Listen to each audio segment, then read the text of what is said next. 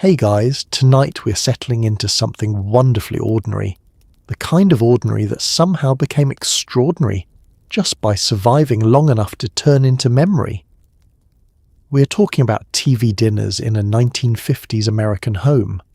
Not the commercials, not the glossy magazine spreads.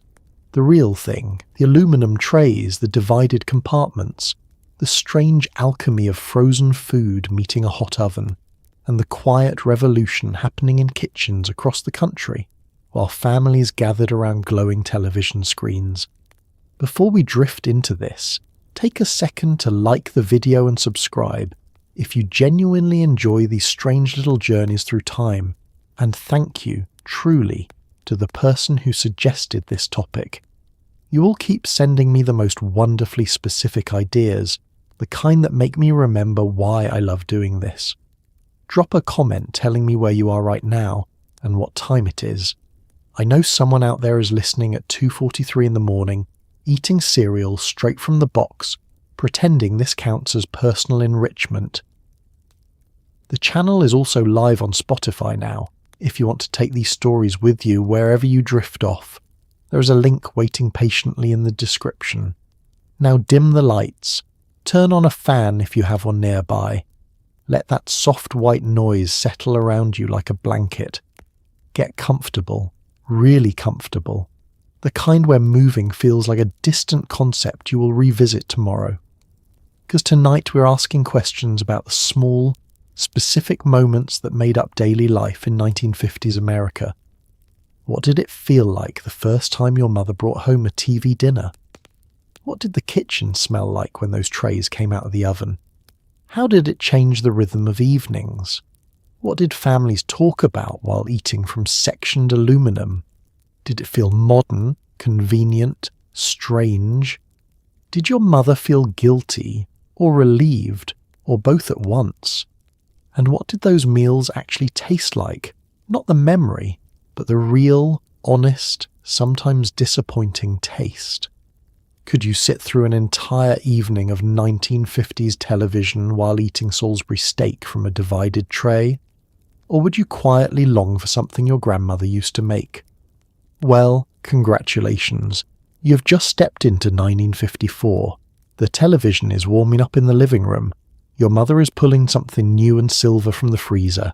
The oven door opens, and the future, strange and compartmentalized, is about to be served on a tray. Your mother comes home from the grocery store with a stack of rectangular boxes that look nothing like food. They're flat, cold, and printed with cheerful illustrations of meals that seem almost too perfect to be real. She sets them in the freezer with the kind of careful ceremony reserved for something new, something modern, something that might change everything.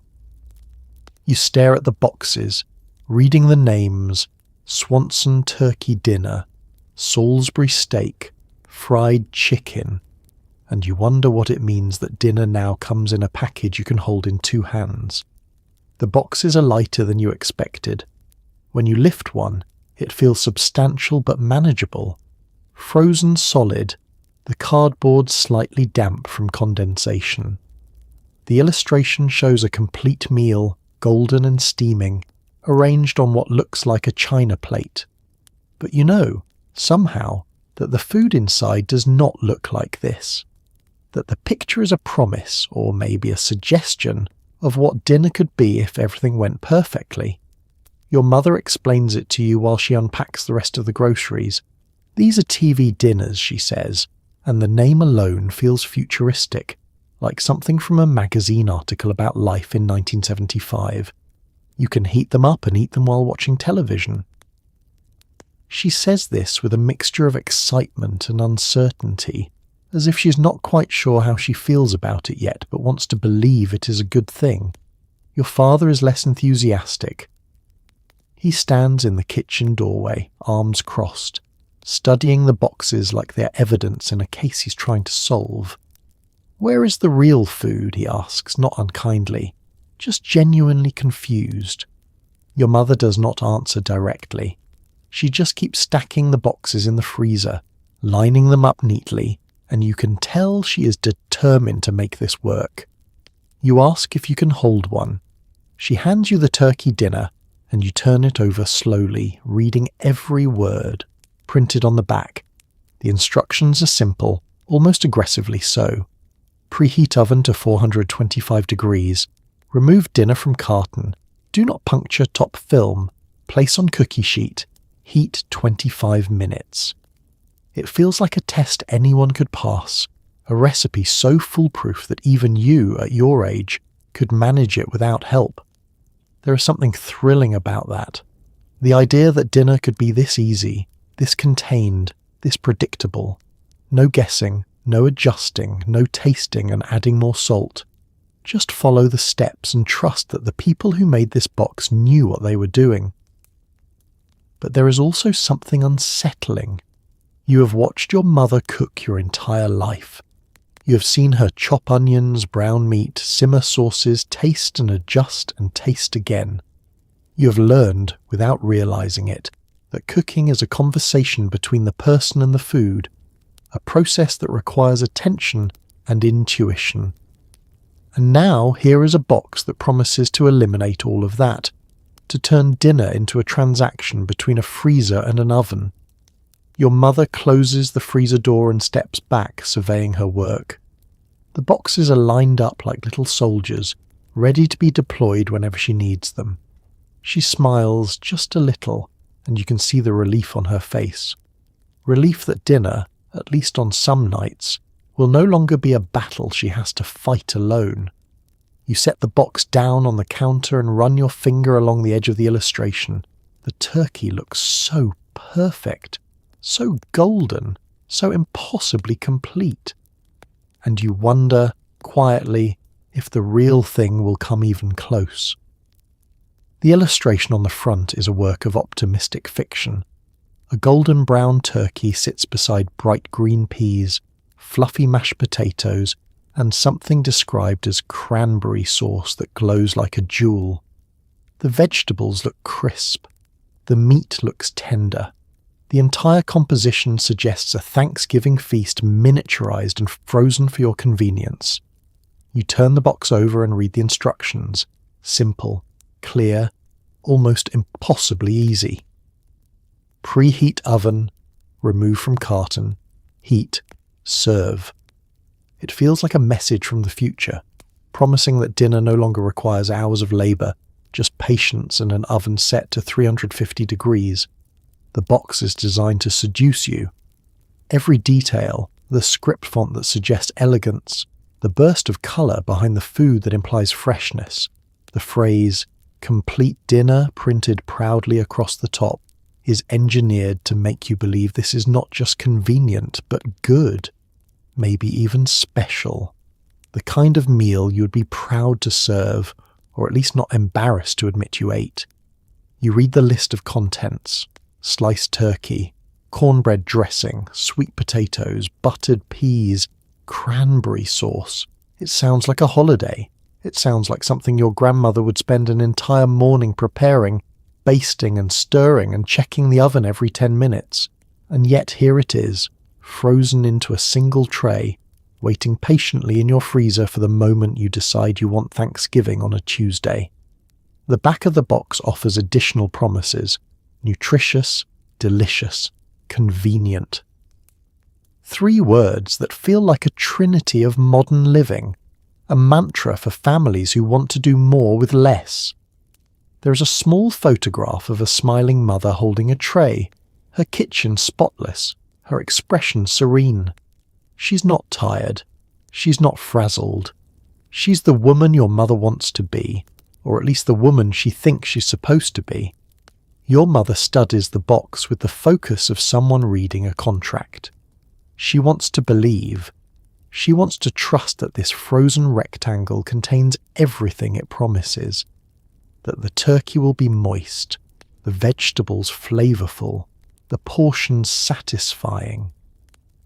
But there is a flicker of doubt in her eyes, the kind that comes from experience, from knowing that things rarely look as good in real life as they do in pictures. You ask her if it will taste like Thanksgiving. She pauses, choosing her words carefully. "It will taste like dinner," she says. and that feels like an honest answer, a realistic one, the kind that does not promise miracles but does not dismiss possibilities either. The box also lists the weight, 1 pound, 3 ounces. It feels absurdly specific, as if someone calculated exactly how much food a person needs to feel satisfied without feeling wasteful. There is a science to this, you realise. Someone, somewhere, studied portion sizes, freezing techniques, reheating times, and flavour attention. Someone designed this meal the way an engineer designs a bridge, with math and testing, and a belief that they could reduce dinner to a formula. And maybe they did. Maybe this box contains everything it promises. Maybe the turkey will be tender, the dressing savoury, the sweet potatoes sweet. Maybe your family will sit around the television, eating happily, grateful for the convenience, unbothered by the compromise.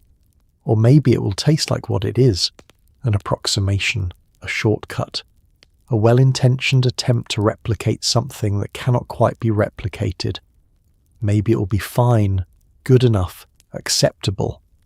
Maybe that is all it needs to be. Your mother places the box back in the freezer, closing the door with a soft click.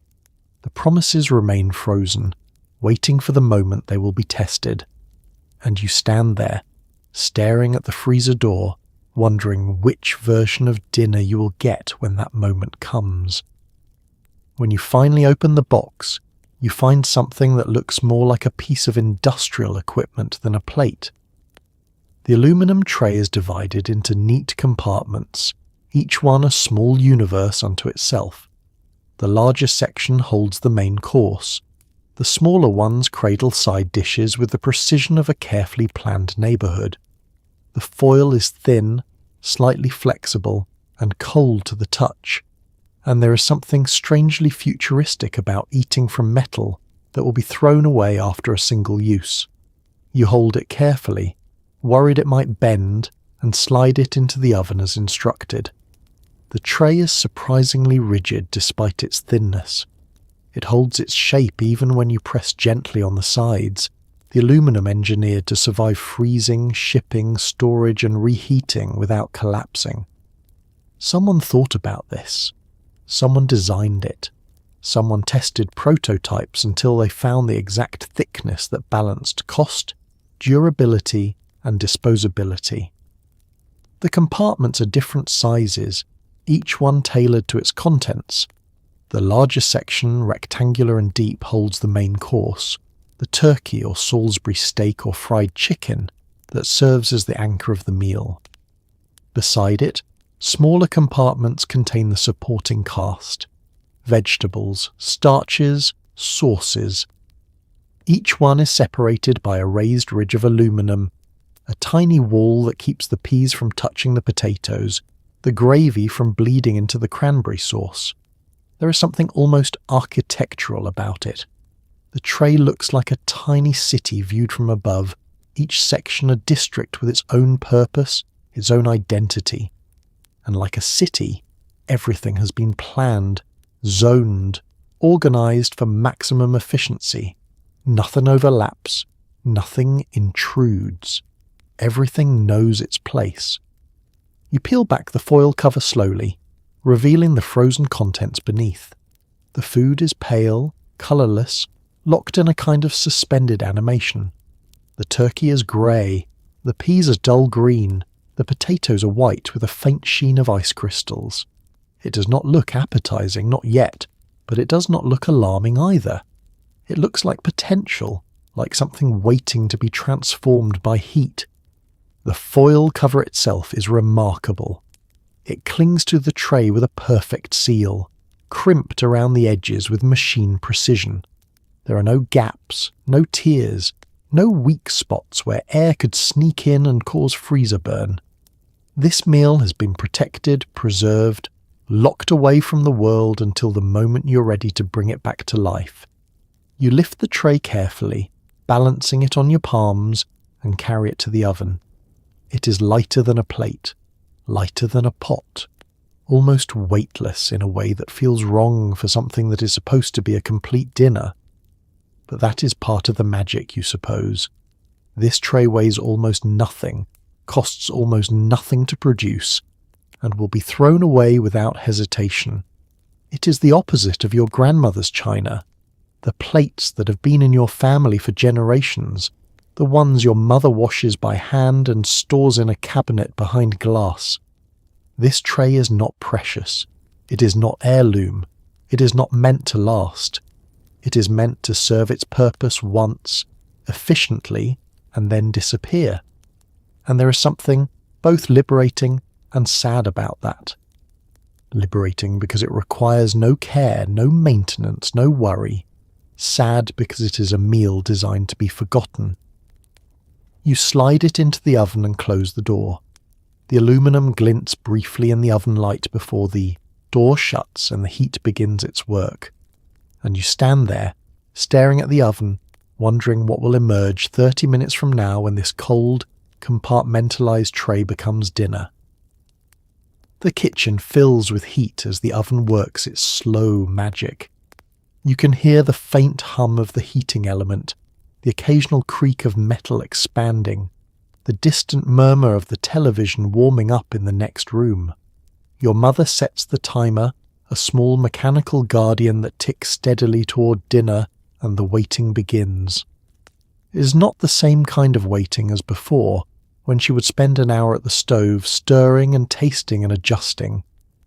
This is passive waiting, trusting waiting, the kind where technology does the work and you simply stand by, hoping it knows what it is doing.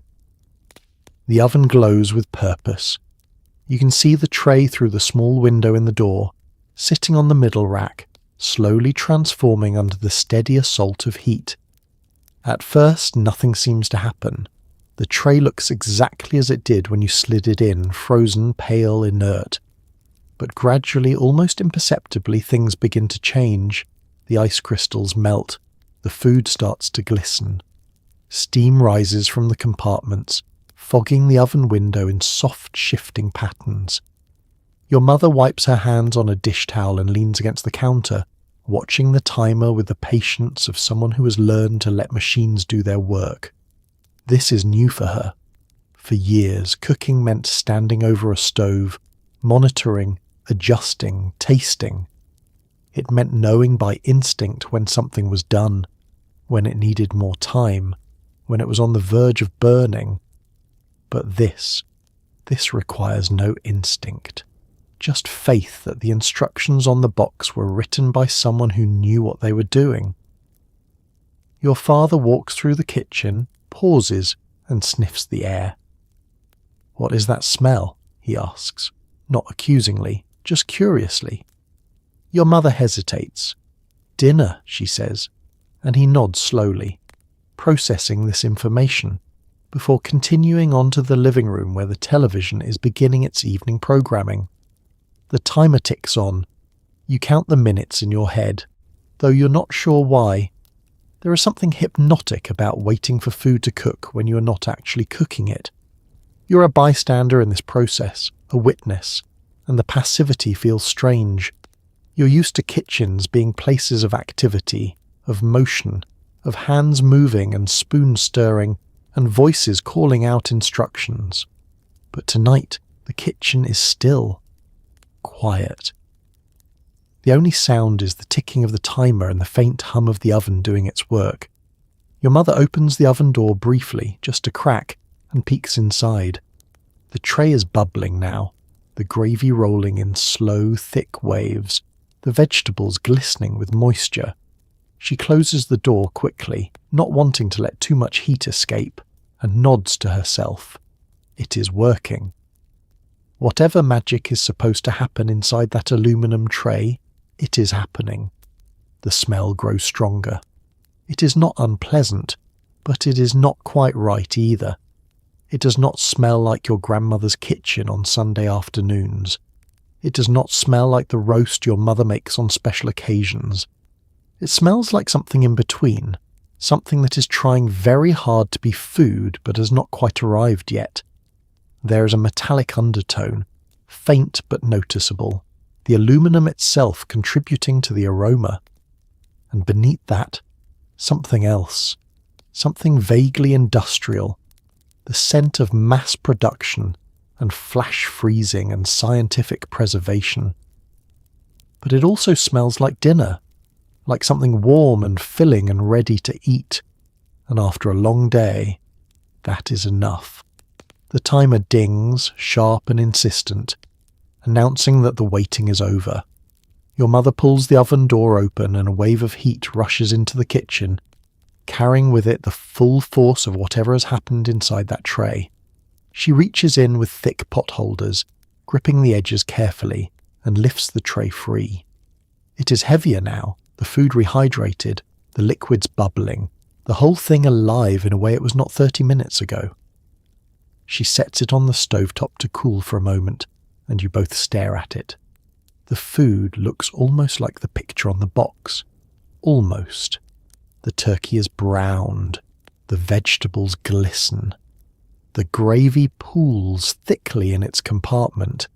It is not perfect, but it is real. And it is ready. And that feels like a small victory. 20 minutes in, the smell begins to creep through the kitchen. It is not unpleasant exactly, but it is strange, a blend of roasting meat, heated vegetables, and something faintly metallic that you cannot quite place. It does not smell like Sunday dinner. It does not smell like your grandmother's kitchen. It smells like efficiency, like modernity, like a future where meals are engineered rather than cooked. You stand near the oven, inhaling carefully, trying to decide if you're excited or uncertain, and realize you might be both. The scent is layered, complex in a way that feels almost scientific. At the top, you detect the warm, savoury notes of browning meat, the Maillard reaction doing its ancient work even on factory-processed turkey. Beneath that, there is the sweetness of corn or sweet potatoes, caramelizing slightly under the heat. And below that, subtler but persistent, the smell of heated aluminum, of preservatives breaking down, of salt and seasonings that were added in quantities calculated to survive freezing and reheating. It is not a bad smell, but it is not a comforting smell either. It does not wrap around you the way your grandmother's cooking used to, pulling you into the kitchen with the promise of something made with love and time and attention.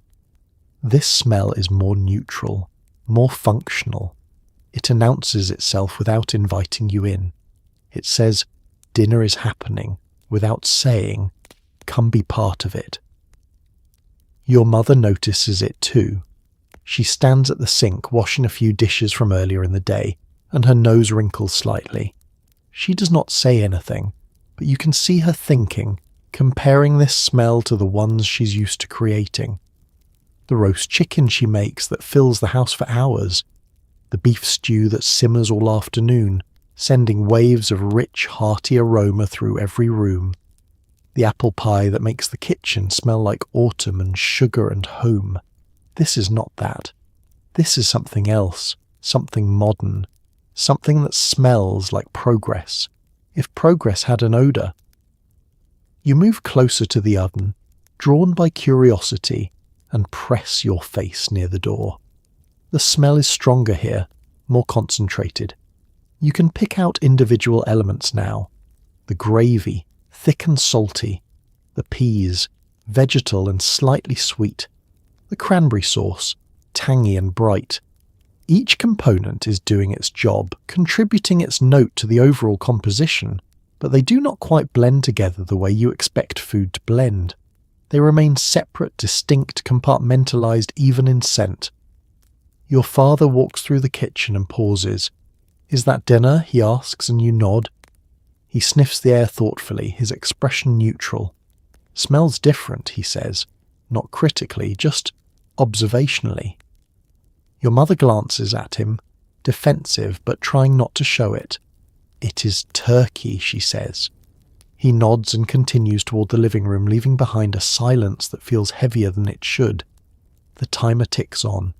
The smell continues to build, growing more assertive, more confident. By the time the oven dings, the kitchen is filled with it, saturated, every breath you take reminding you that something has been cooked, that dinner is ready, that the experiment is complete.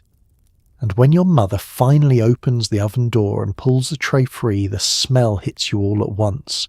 A wave of heat and steam and concentrated aroma that is somehow both familiar and foreign. It smells like turkey, yes. Like vegetables, yes.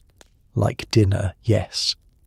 But it also smells like the future, like convenience, like the slow, quiet erosion of rituals you did not know you would miss until they were gone.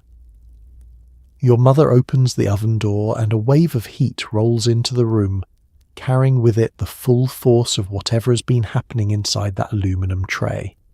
She pulls it out carefully, using thick pot holders, and sets it on a trivet on the counter. The tray is steaming, the compartments bubbling gently, the foil top peeled back to reveal the meal beneath. It looks almost exactly like the picture on the box, which is either a miracle of food science or a carefully managed coincidence. Either way, it is here, hot and ready, and dinner has arrived in less than an hour without a single pot to wash. The steam rises in soft, wavering columns, carrying with it the scent of everything that has just transformed inside that tray. Your mother sets the pot holders aside and leans over the tray, studying it with the careful attention of someone inspecting a work of art. The turkey has browned nicely, the edges crisped, the surface glistening with fat and moisture. The vegetables glisten in their compartments, the peas bright green, the corn golden yellow. The gravy has thickened, pooling in its designated section, thick and glossy. It looks, against all odds, like a real meal. She uses a fork to test the turkey, pressing gently to see if it is tender. The fork sinks in easily, meeting no resistance, and she nods with what looks like relief. It worked. Whatever was supposed to happen in that oven, whatever transformation the box promised, it happened. The frozen block of engineered food has become dinner. You step closer, drawn by curiosity and hunger, and the simple fact that this is your meal, this tray, this collection of sectioned items that 20 minutes ago looked like industrial artifacts. Now they look like food, not perfect food, not the kind your grandmother would serve, but food nonetheless. Something warm and filling and ready to eat. Your mother picks up the tray using the edges, the aluminum still almost too hot to touch even through the pot holders, and carries it carefully toward the table. She moves slowly, deliberately, mindful of the bubbling liquids that could spill if she's not careful. The tray is heavier than it was when it went into the oven, weighted now with heat and moisture and the transformation that has taken place. She sets it down on a woven placemat, the kind designed to protect the table from hot dishes, and steps back. There, dinner is served, and there is something both triumphant and tentative in her voice, as if she's proud of what she's accomplished but still uncertain about what it means. Your father appears in the doorway, drawn by the smell or the announcement, or simply the fact that it is dinner time. He looks at the tray on the table, at the compartment still steaming, at the meal that arrived in a box and is now ready to eat. "That is it?" he asks, not unkindly, just processing. Your mother nods. "That is it." He sits down slowly, studying the tray the way a scientist might study an unfamiliar specimen. You sit down beside him, and the three of you stare at this aluminum rectangle that contains your evening meal. It does not look like dinner used to look. There are no serving bowls, no plates passed around the table, no one asking who wants more potatoes or offering to cut someone a piece of meat. Everything is already portioned, already served, already decided. Your mother brings out 2 more trays, placing one in front of your father and keeping one for herself. The kitchen now smells entirely of TV dinners, that particular combination of reheated meat and vegetables and gravy that will become the signature scent of convenience. She sits down, smooths her napkin across her lap, and picks up her fork. The moment hangs there, suspended, as all three of you prepare to take your first bites. This is the moment of truth. This is when you will discover if the box told the truth, if the picture was honest, if dinner can really come from a freezer and still feel like dinner. Your mother looks at you, then at your father, and smiles. A small smile, tentative, but hopeful. "Well," she says, "let us see." And together you begin to eat. Your mother does not transfer the food to a plate. That would defeat the purpose.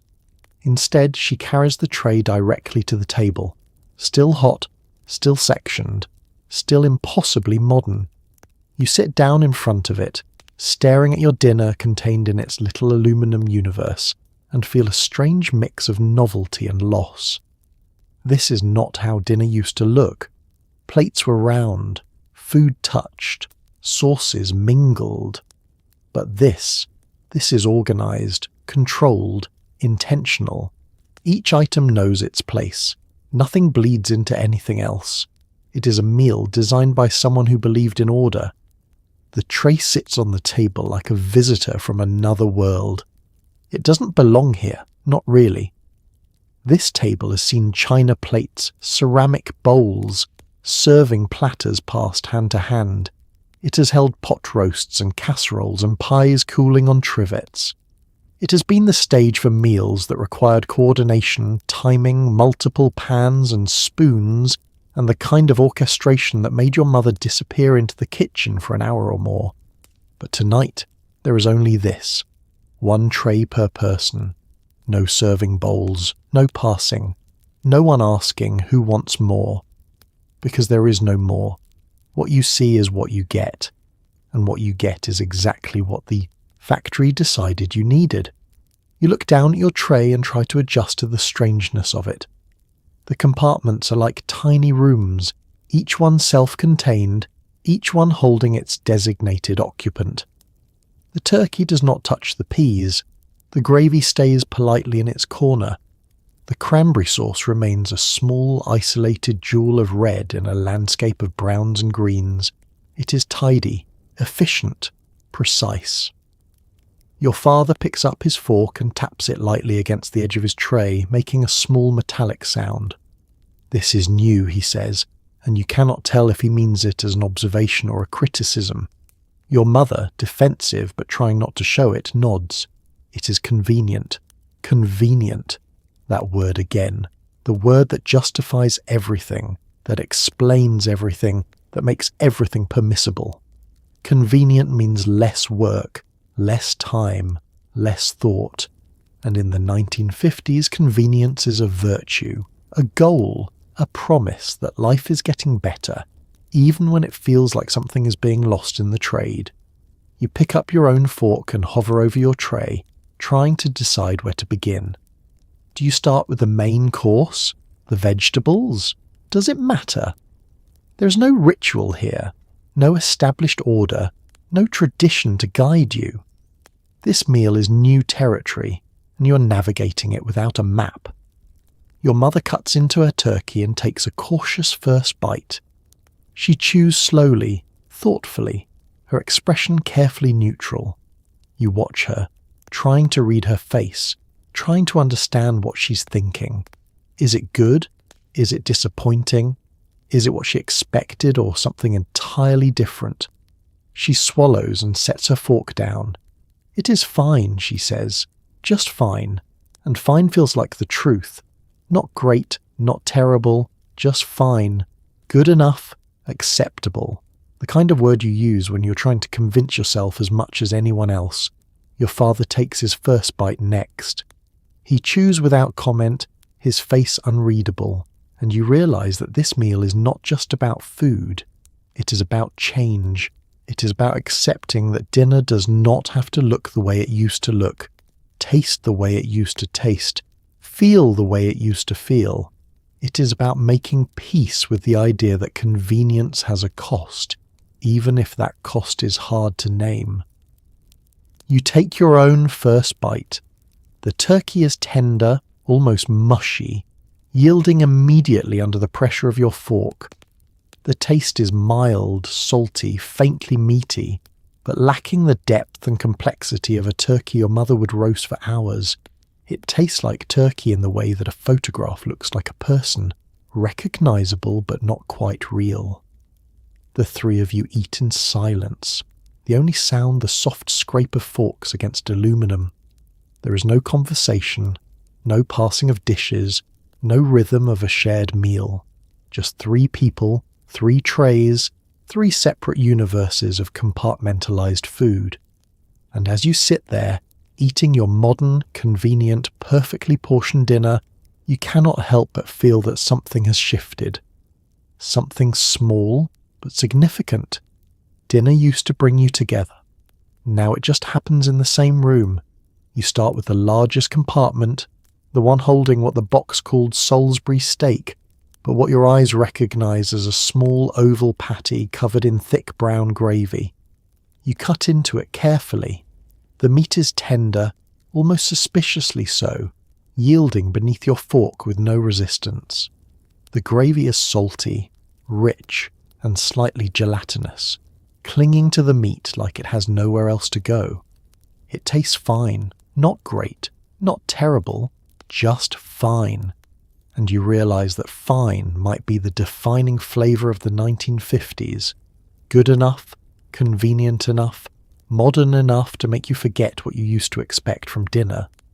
The patty itself is uniform in color and texture, a perfect oval with smooth edges that suggest it was formed by a machine rather than shaped by human hands. There's no variation in the meat, no pockets of fat, no gristle, no surprises. Every bite tastes exactly like the one before it, and the one before that. It is consistency taken to its logical extreme, a product so carefully engineered that it has been stripped of anything unpredictable. The gravy helps. It is thick and aggressively seasoned, salty enough to make you reach for your water glass, rich enough to coat your tongue and linger after you swallow. It is doing most of the work here, providing the flavour that the meat itself seems reluctant to offer. Without the gravy, you suspect the patty would be bland, forgettable, the kind of thing you would eat out of obligation rather than pleasure. But with the gravy, it becomes something else. Not delicious exactly. Not the kind of meal you would remember years from now or ask your mother to make again, but acceptable, edible, good enough to quiet your hunger and fulfill the basic contract of dinner. You take another bite, and this time you notice the texture more than the taste. The meat is soft, almost mushy, breaking apart easily under the pressure of your fork. It does not have the chew of real steak, the resistance that makes you work for each bite. Instead, it dissolves quickly, almost too quickly, as if it is eager to be done being food. Your father eats his own Salisbury steak methodically, cutting it into neat squares, chewing each piece thoroughly before moving on to the next. He does not comment, does not complain, but you can see in his face that he is cataloguing differences. This is not the pot roast your mother makes on Sundays, the one that simmers for hours until the meat falls apart at the touch of a fork. This is not the meatloaf she shapes by hand, mixing beef and pork and breadcrumbs and seasonings until it becomes something greater than the sum of its parts. This is something else, something modern, something efficient, something that works technically but does not inspire. Your mother watches both of you eat, gauging your reactions, trying to determine if this experiment is a success or a failure. She's not touched her own Salisbury steak yet. She is waiting, you realise, to see if you approve before allowing herself to commit. You offer her a small nod. It is okay, you say, and you mean it. It is okay. Not wonderful, not memorable, but okay. And in a life that is increasingly busy, increasingly complicated, increasingly demanding, okay starts to feel like enough. She picks up her fork and cuts into her own patty, taking a small tentative bite. Her expression softens slightly. It is not bad, she says, more to herself than to anyone else. It is not bad at all. And it is not. It is simply what it is, a compromise, a trade, a sacrifice of quality for convenience. The meat is not as flavorful as it could be. The gravy is not as nuanced. The whole experience is not as satisfying. But it is fast, it is easy, and it is done. And for a mother who has spent years standing over a hot stove, that alone feels like a victory. You finish the last bite of your Salisbury steak and set your fork down. The compartment is empty now, scraped clean, nothing left but a thin film of gravy clinging to the aluminum. You're not full, not yet, but you're on your way, and that, you suppose, is all this meal was ever meant to do. The second compartment holds a small mound of mashed potatoes, pale and smooth, whipped into submission by some distant factory machine. You take a bite. They are warm, buttery, and oddly uniform, every forkful tasting exactly like the last. There are no lumps, no variation, no hint that a real potato was ever involved in this process. They taste like the idea of mashed potatoes, a memory filtered through convenience, and you find yourself missing the imperfect batches your grandmother used to make, the ones with chunks and character, and the faint taste of the pot they were cooked in. The texture is what strikes you first. It is too smooth, too perfect, like something whipped beyond reason until every irregularity has been eliminated. These potatoes have never known a masher held by human hands, never been mashed with varying pressure and attention. They have been processed with industrial precision, beaten into absolute uniformity, and then frozen solid to wait for this moment. You take another bite, searching for something to connect to, some hint of earthiness or depth. But there is only this, a soft, mild, faintly buttery paste that dissolves on your tongue without offering much in return. It is not unpleasant. It does not offend. It simply exists, occupying the space where mashed potatoes are supposed to be without fully becoming them. Your mother makes excellent mashed potatoes, real ones. The kind where she boils russet potatoes until they are tender, drains them carefully, and then mashes them by hand with butter and milk and a pinch of salt, tasting as she goes, adjusting until they reach that perfect balance of creamy and fluffy, rich but not heavy. Her mashed potatoes have personality. They are never exactly the same twice.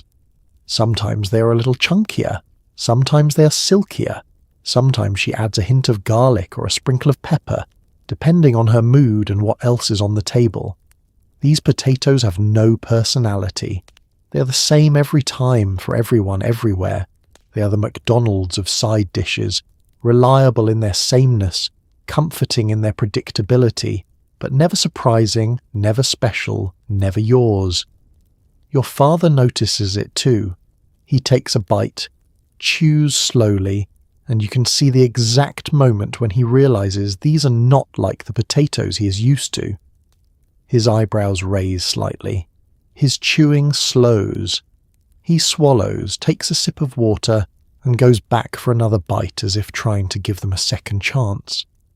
Your mother, watching this, speaks before he can. They are a little different, she admits, but they save time. Time. The currency that matters most in the 1950s, the thing everyone wants more of, the thing no one seems to have enough of. These potatoes save time. They cost time too. Cost the time it would take to peel and boil and mash. Cost the time it would take to stand in the kitchen and make something with your hands. Cost the time it would take to pass a bowl around the table and let everyone take as much as they want. But those costs are invisible. The savings are clear. You finish your potatoes and feel neither satisfied nor disappointed. You feel neutral, as if you have consumed calories without experiencing food. It is a strange sensation, this functional eating, this nourishment without pleasure. You have eaten before for comfort, for celebration, for connection. But this is different. This is eating because it is dinner time, and this is what dinner looks like now. Your mother notices your empty compartment and asks if it was enough. You nod. It was enough. And that is true. You're no longer hungry for mashed potatoes, but you're not full of them either. They have passed through you without leaving much of an impression, like a conversation with a stranger on a bus. The small mound of potatoes is gone now, the compartment scraped clean, and you move on to the next section of your tray. But something lingers, not the taste that is already fading, but the awareness that dinner is changing slowly, quietly, one compartment at a time. The smallest compartments hold peas and corn, each one sitting in a shallow pool of liquid that might be butter or might be something science invented to resemble butter. The peas are soft, almost mushy. Their bright green colour suggesting they were frozen at the peak of freshness and then cooked just a little too long. The corn is sweet, unnaturally so, each kernel plump and identical. You eat them dutifully, the way children eat vegetables when they know they must, and you try to remember if vegetables used to taste different, sharper, greener, more alive, or if memory is simply kind. The peas surrender immediately when you press your fork against them. There is no resistance, no snap, no pop of a fresh pea breaking open to release its sweet interior. These peas have been cooked into submission, rendered soft and uniform and cooperative. They taste green, vaguely, in the way that a faded photograph looks like a person. Technically accurate, but missing something essential. The liquid they sit in is lukewarm and slightly viscous, pooling in the bottom of their compartment, like a small pale pond. You're not sure if you're supposed to drink it or leave it behind. It looks like melted butter, but does not quite taste like butter. It tastes like something designed to approximate butter, to remind you of butter, without committing to actually being butter. You decide to leave it, tilting your tray slightly so the peas roll away from the liquid. The corn is more assertive. Each kernel gleams with a high gloss sheen, impossibly yellow, almost neon. You spear several with your fork and bring them to your mouth. They are sweet, sweeter than any corn you remember eating, sweet in a way that feels engineered, intentional, as if someone decided that corn should be sweeter than nature intended and then made it so. The kernels are all the same size, the same colour, the same level of plumpness. There are no misshapen ones, no small ones, no tough ones. They have been sorted, graded, selected for uniformity. They are perfect, in a technical sense, and yet they lack the irregularity that makes food feel real, the variation that reminds you it came from a plant, from soil, from something living. You remember summers when your grandmother would buy fresh corn from a roadside stand still in the husk and let you help shuck it on her back porch. The kernels were different sizes then, some fat and some thin, some sweet and some starchy. Some ears were perfect, some had worm damage or missing kernels or dry spots, but they tasted like something, like sunshine and earth and the specific field they came from. This corn tastes like the platonic ideal of corn, like corn filtered through a committee that decided on the optimal sweetness, the optimal texture, the optimal size. It tastes like corn designed by people who have never met a cornfield but have studied consumer preferences extensively. Your father eats his vegetables without comment, working through them with the mechanical efficiency of someone completing a task. He is not enjoying them, but he is not complaining either. He is simply eating them because they are there, because they are vegetables, because dinner includes vegetables, and so he eats them. Your mother pushes her peas around her compartment, corralling them into a small pile before taking a bite. You can see her thinking, comparing these to the fresh peas she sometimes buys at the market, the ones she shells by hand while sitting at the kitchen table, dropping the peas into a bowl with a soft patter. Those peas taste bright and green and alive. These peas taste like they have been on a long journey and are very tired. You finish your vegetables because you were taught to finish your vegetables, because wasting food is wrong, because your mother put this meal on the table and eating it is a form of respect. But you do not savour them. You do not pause to appreciate them. You simply consume them, mechanically, dutifully, and move on. The compartments are empty now. The peas are gone, the corn is gone, the pale liquid remains, pooled and ignored, a small reminder that even convenience has its limits, that even modern science cannot quite replicate the taste of something real.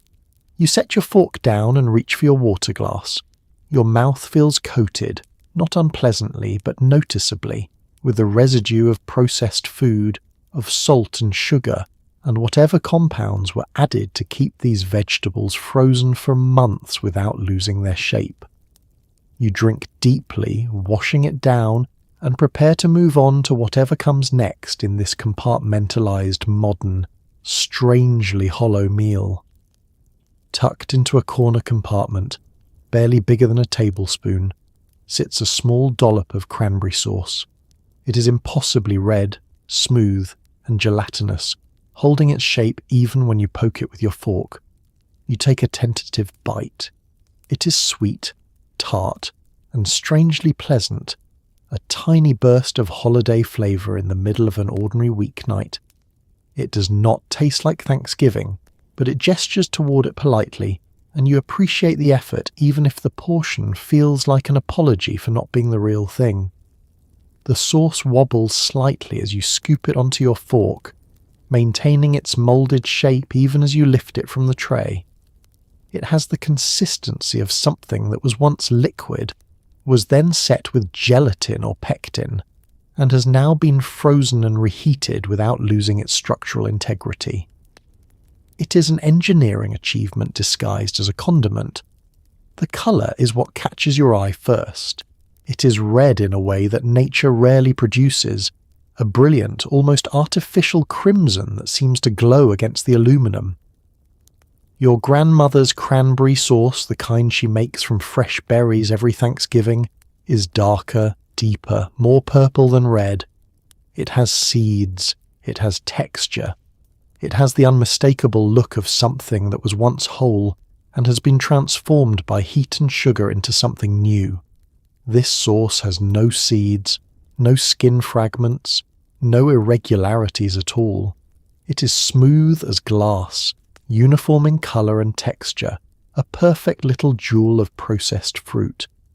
You wonder how they removed everything that makes a cranberry recognisable as a cranberry and were still left with something that tastes vaguely like the fruit it came from. But it does taste like cranberries, sort of. The tartness hits your tongue first, sharp and bright, cutting through the heaviness of the gravy and the blandness of the potatoes. Then comes the sweetness, almost overwhelming, as if someone decided that cranberries were too tart on their own and needed to be corrected, balanced, made palatable for the masses. Your mother watches you taste it. "How is it?" she asks, and you can hear the hope in her voice, the desire for validation, for confirmation that this meal, this experiment in convenience has been worthwhile. You nod. "It is good," you say, and you mean it. Of all the components on this tray, the cranberry sauce might be the most successful, the one that comes closest to delivering on its promise. Your father tries his next, scooping the entire portion onto his fork in one efficient motion. He chews thoughtfully, his expression softening slightly.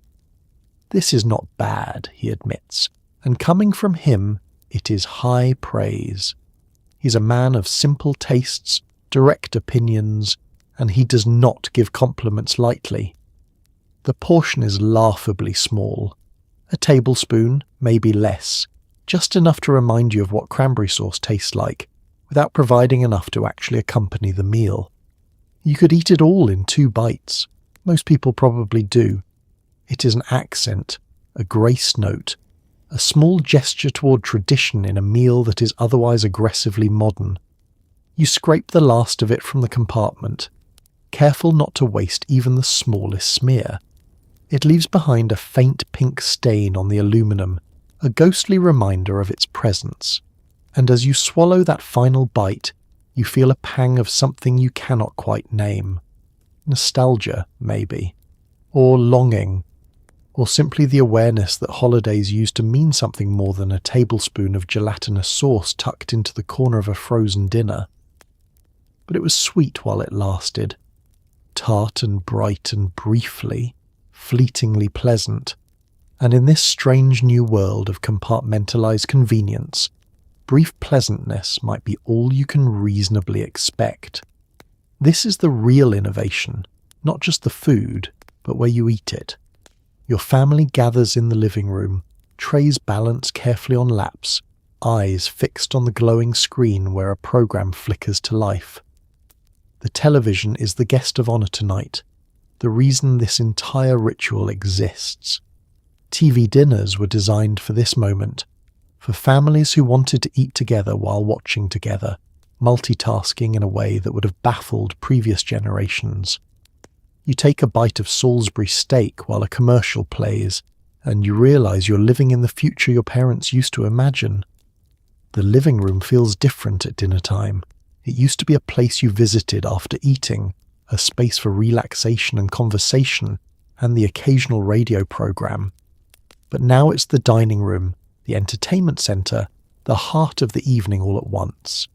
The coffee table holds glasses of water and napkins. The sofa cushions bear the weight of 3 people, trying not to spill gravy on upholstery that cost more than it should have. Your father sits in his armchair, the good one, the one that has moulded itself to his shape over years of use. His tray rests on his lap, balanced carefully, and his attention is split between his dinner and the television screen. A news program is on, the anchor speaking in measured tones about events happening somewhere far away. Your father chews and listens, nodding occasionally, as if the anchor can see him agreeing. Your mother sits on the sofa beside you, her tray perched on her knees, her posture careful and upright despite the casual setting. She's not quite comfortable yet with this arrangement, not quite sure if it is acceptable to eat in the living room, on the furniture, with the television playing. It feels vaguely improper, like breaking a rule that was never explicitly stated but always understood. Dinner happened at the table. Conversation happened at dinner. Television happened after, but not anymore. Now everything happens at once, and she's trying to adjust, to accept that this is how modern families live. You take a bite of your mashed potatoes and watch the screen. A commercial comes on, bright and cheerful, selling laundry detergent with the promise that it will make your whites whiter, your colours brighter, your life somehow more complete. A woman in a pristine kitchen holds up a shirt and beams at the camera. You wonder if her kitchen is always that clean, if her smile is always that wide, if she's ever eaten a TV dinner in her living room while watching commercials about laundry. The programme returns. It is a variety show, the kind with singers and comedians and dancing. Your father watches with mild interest. Your mother glances at it occasionally, but mostly she focuses on her dinner, cutting each piece carefully, chewing thoroughly, being mindful not to drop anything on the sofa. You watch more attentively, drawn into the spectacle, the music, the applause, the easy laughter of the studio audience. And somewhere in the middle of all this, something shifts. Dinner becomes background. Television becomes foreground. You're eating, yes, but you're not thinking about the food. You're thinking about the program, about what the comedian just said, about whether the singer's dress is the same colour as the one you saw in a magazine. The food is fuel, function, sustenance, but it is no longer the main event. Your mother notices this. You can see it in the way she looks around the room, at the 3 of you eating in silence except for the voices coming from the television, at the trays balanced on laps instead of plates gathered around a table, at the way dinner has been reduced to something you do while doing something else. Her expression is complicated, relieved, because this is easier, sad, because something has been lost, resigned, because this is how things are now. Your father finishes his dinner first, setting his tray aside on the side table and settling deeper into his chair. He watches the program with full attention now, unburdened by the need to eat, free to simply enjoy. This is what he wanted, you realize. Not the meal itself, but this. The ability to relax, to unwind, to let the television wash over him without the formality of the dining room, without the expectation of conversation, without the ritual that used to govern every evening meal. You finish your own dinner more slowly, savouring the novelty if not the flavour. The tray grows lighter as you empty each compartment, and by the time the programme cuts to another commercial, you are done. Your mother collects the trays, stacking them carefully, and carries them toward the kitchen. And the three of you remain in the living room, still together, still a family, but somehow different than you were an hour ago. Dinner used to gather you. Now it simply happens while you gather for something else. Your mother watches you eat with a mixture of relief and quiet guilt. Relief because dinner was easy, almost effortless, and she did not spend 2 hours in the kitchen tonight. Guilt because some part of her wonders if she's supposed to feel bad about that, if convenience is a betrayal of something older and more important. Your father eats silently, occasionally glancing at the television, occasionally glancing at his tray, adjusting to this new normal where food comes pre-portioned and meals happen in rooms that used to be reserved for relaxation. Neither of them says much, but the silence feels significant, like they're both trying to decide how they feel about the future happening right here in their living room. Your mother's fork pauses halfway to her mouth. She's thinking, calculating, weighing invisible scales. On one side, the hour she did not spend standing at the stove, the pots she did not have to scrub, the recipe she did not have to remember, the energy she did not have to summon after a long day of laundry and errands and the 1,000 small tasks that make up her life. On the other side, the ritual she did not perform, the care she did not take, the love she did not express through the careful preparation of a meal made by her hands for her family. She's been taught her whole life that being a good mother means cooking from scratch, that feeding your family means planning menus, shopping for ingredients, standing over a hot stove, tasting and adjusting until everything is just right. Her own mother did this. Her grandmother did this. Women have done this for generations, and there is honour in it, dignity in it, a kind of invisible labour that holds families together. But there is also exhaustion in it, relentlessness, the pressure of needing to produce dinner every single night, of being responsible for nourishment, of carrying the weight of everyone's hunger on your shoulders, and tonight, for the first time in a long time, she did not carry that weight. The freezer carried it.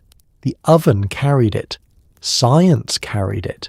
And she simply opened a box, followed instructions, and served. It should feel like freedom. And it does, partly, but it also feels like surrender. Like she's admitted that she cannot do it all, that she needs help, that the old ways are too hard and the new ways, while imperfect, are good enough. Your father chews methodically, his thoughts more straightforward but no less complicated. He grew up eating meals his mother made from scratch, meals that took hours, meals that filled the house with warmth and scent and the evidence of labour. Dinner was not just food, it was proof of devotion, of care, of a woman's love made tangible. And now here he is, eating from an aluminum tray, the food portioned by strangers, heated by his wife but not made by her. Part of him wants to protest, to say that this is not how things should be, that dinner should mean more than this. But another part of him is tired from work, tired from responsibilities, tired from the pressure to provide, to be the breadwinner, to carry his own weight in this partnership. And if this makes his wife's life easier, if it gives her one less thing to worry about, if it means she smiles a little more in the evenings, then maybe it is worth it. Maybe progress means accepting that things will not look the way they used to. that traditions will bend, that convenience is not always a betrayal, but still, he misses something. The rhythm of meals at the table, the ritual of passing dishes, the way dinner used to anchor the day, used to be the moment when the family came together and stayed together for a while, talking or not talking, but present, together. Now dinner happens while something else is happening. The television demands attention. The trays isolate each person in their own compartmentalized experience. And even though they are sitting in the same room, even though they are technically eating together, something essential has shifted. Your mother sets her fork down and looks at your father. "What do you think?" she asks. And the question carries more weight than it seems. She is not just asking about the food. She is asking about this decision, this change, this step toward a future neither of them is entirely sure they want. Your father takes his time answering. He looks at his tray, at the empty compartments, at the evidence that he has eaten and been filled. "It is fine," he says finally. And then, softer, almost as an apology, "It is good that you do not have to work so hard." Your mother's shoulders relax slightly. She nods. That is what matters, she tells herself. That is what this is about. Not the food, not the tradition, not the ritual, but the relief, the ease, the small mercy of a night when dinner does not feel like a battle. They finish eating in silence, and the television fills the space where conversation used to live. There is something distinctly modern about the flavour, not just the food itself, but the experience of eating it. Everything tastes efficient, engineered, optimized for mass production and long-term freezing. The meat is tender because it was processed to be tender. The vegetables are uniform because machines sorted them. The portions are precise because someone calculated exactly how much food constitutes a meal. It is impressive in a way, this ability to turn dinner into a science. But it also feels distant, like you are eating a carefully constructed facsimile of a meal rather than the meal itself. And yet you keep eating because it is warm and filling and easy, and that counts for something. The taste of modernity is smooth. That is the first thing you notice. Nothing has rough edges. Nothing surprises you. Nothing demands attention or contemplation. Every bite is predictable, calibrated, designed to be inoffensive and universally acceptable. It is the flavour equivalent of a hotel room, clean and functional and utterly impersonal. You think about your grandmother's cooking, how every dish she made tasted slightly different each time. Her pot roast was sometimes more savoury, sometimes sweeter depending on the tomatoes she used. Her biscuits were sometimes flaky, sometimes dense, depending on the weather and the humidity and how long she worked the dough. There was variation, personality, the unmistakable signature of human hands and human judgment. This meal has no signature. It was not made by anyone you know, by anyone who knows you. It was assembled in a factory somewhere by workers following procedures, by machines filling compartments, by scientists determining the optimal salt content and the maximum freezer shelf life. It is a meal designed by committee, tested by focus groups, approved by efficiency experts. And you can taste that. You can taste the compromise in every bite, the balance between cost and quality, between flavour and shelf stability, between what people want and what can be profitably produced. The Salisbury steak is tender because it was mechanically tenderized and formed from ground meat, not because someone carefully selected a cut and cooked it with patience. The gravy is thick because it contains stabilizers and thickeners, not because someone simmered it for hours, reducing it to the perfect consistency. The potatoes are smooth because they were dehydrated, reconstituted and whipped by industrial mixers, not because someone mashed them by hand with butter and love. The vegetables are uniform because they were sorted by machines that rejected anything too large or too small or too irregular. not because a human being chose the best from a basket at the market. There is no love in this meal, no care, no attention, just calculation, just efficiency, just the cold logic of mass production applied to something that used to be intimate and personal and made with intention. But it works. That is the strange part. It works well enough. You are eating it. You are being nourished by it. You're not hungry anymore, or at least less hungry than you were. And in the 1950s, in this moment of rapid change and technological optimism, that feels like enough. Maybe more than enough. Maybe it feels like progress. Your parents were told that science would make their lives better, that technology would free them from drudgery, that the future would be easier, cleaner, more efficient than the past.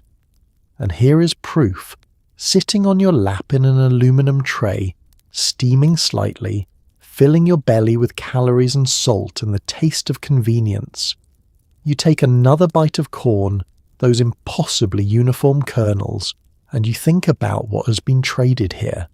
Flavor for convenience, craftsmanship for efficiency, the personal for the universal. And you wonder if your children will even know the difference, if they will grow up thinking this is what food tastes like. That dinner is supposed to be smooth and predictable and engineered. You wonder if they will remember a time when meals were made by hand, when recipes were passed down, when cooking was an art rather than a process. Or if this aluminum tray with its divided compartments and its carefully calculated portions will become the only version of dinner they know. The taste of modernity is efficient, predictable, universal, impersonal, and as you swallow another bite you realize it tastes like the future, whether you're ready for it or not. When you finish, there is always something left behind, a smear of gravy, a few peas rolling around their compartment, a corner of cranberry sauce clinging stubbornly to the aluminum. You set your tray aside and your mother collects it, folding the foil over the remnants before carrying it to the trash. There are no leftovers with TV dinners, no second servings, no containers to store in the refrigerator. The meal is complete and disposable, designed to be consumed and discarded in a single evening. It feels wasteful, but also liberating, and you're not sure which feeling is stronger. Your mother stands at the trash can, holding the tray at arm's length as if weighing it, as if trying to decide if there is anything worth saving. But there is not. The portions were calculated precisely. What you were given was what you were meant to eat, nothing more, nothing less. There is no extra turkey to wrap in wax paper, no leftover gravy to save for tomorrow's lunch, no vegetables to push around in a bowl and pretend you will eat later. She tilts the tray and the remnants slide off into the garbage with a wet, soft sound. The aluminum catches the kitchen light as she folds it, bending it in half, then quarters, compressing it into a flat, manageable square. Then that goes into the trash too, along with the cardboard box it came in, the printed promise of a complete meal now crumpled and discarded. It is done. The meal existed, was consumed, and now it is gone. No evidence remains except the faint smell lingering in the kitchen and the feeling of fullness in your stomach. Your mother washes her hands at the sink, running the water longer than necessary, and you can see her processing this, the ease of it, the finality of it. She is used to leftovers. Her mother taught her never to waste food, to save everything, to repurpose yesterday's roast into today's, hash, to stretch meals across multiple days, to make use of every scrap. Waste was sinful, thrift was virtue. But TV dinners operate on different principles.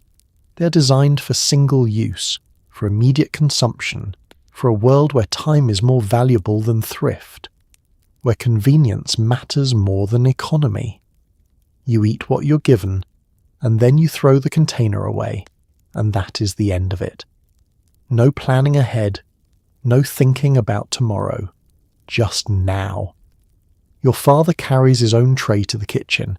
His compartments also scraped mostly clean, but not entirely. A few kernels of corn remain. A smear of gravy has dried slightly at the edges.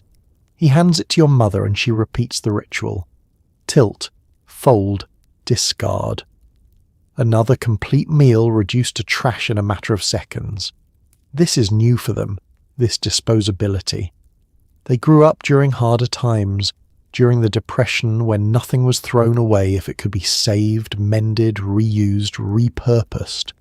Aluminum foil was carefully washed and folded for reuse.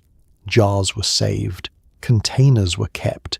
Everything had value, potential, a second life. But these trays are different.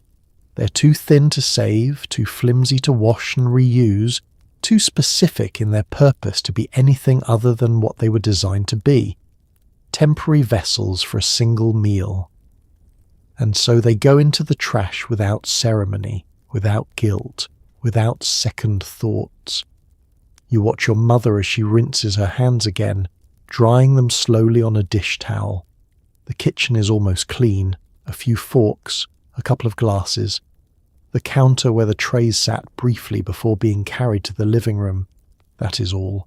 No pile of pots in the sink, no roasting pan soaking, no cutting board waiting to be scrubbed, no colander draining, no evidence of the labour that usually defines dinner.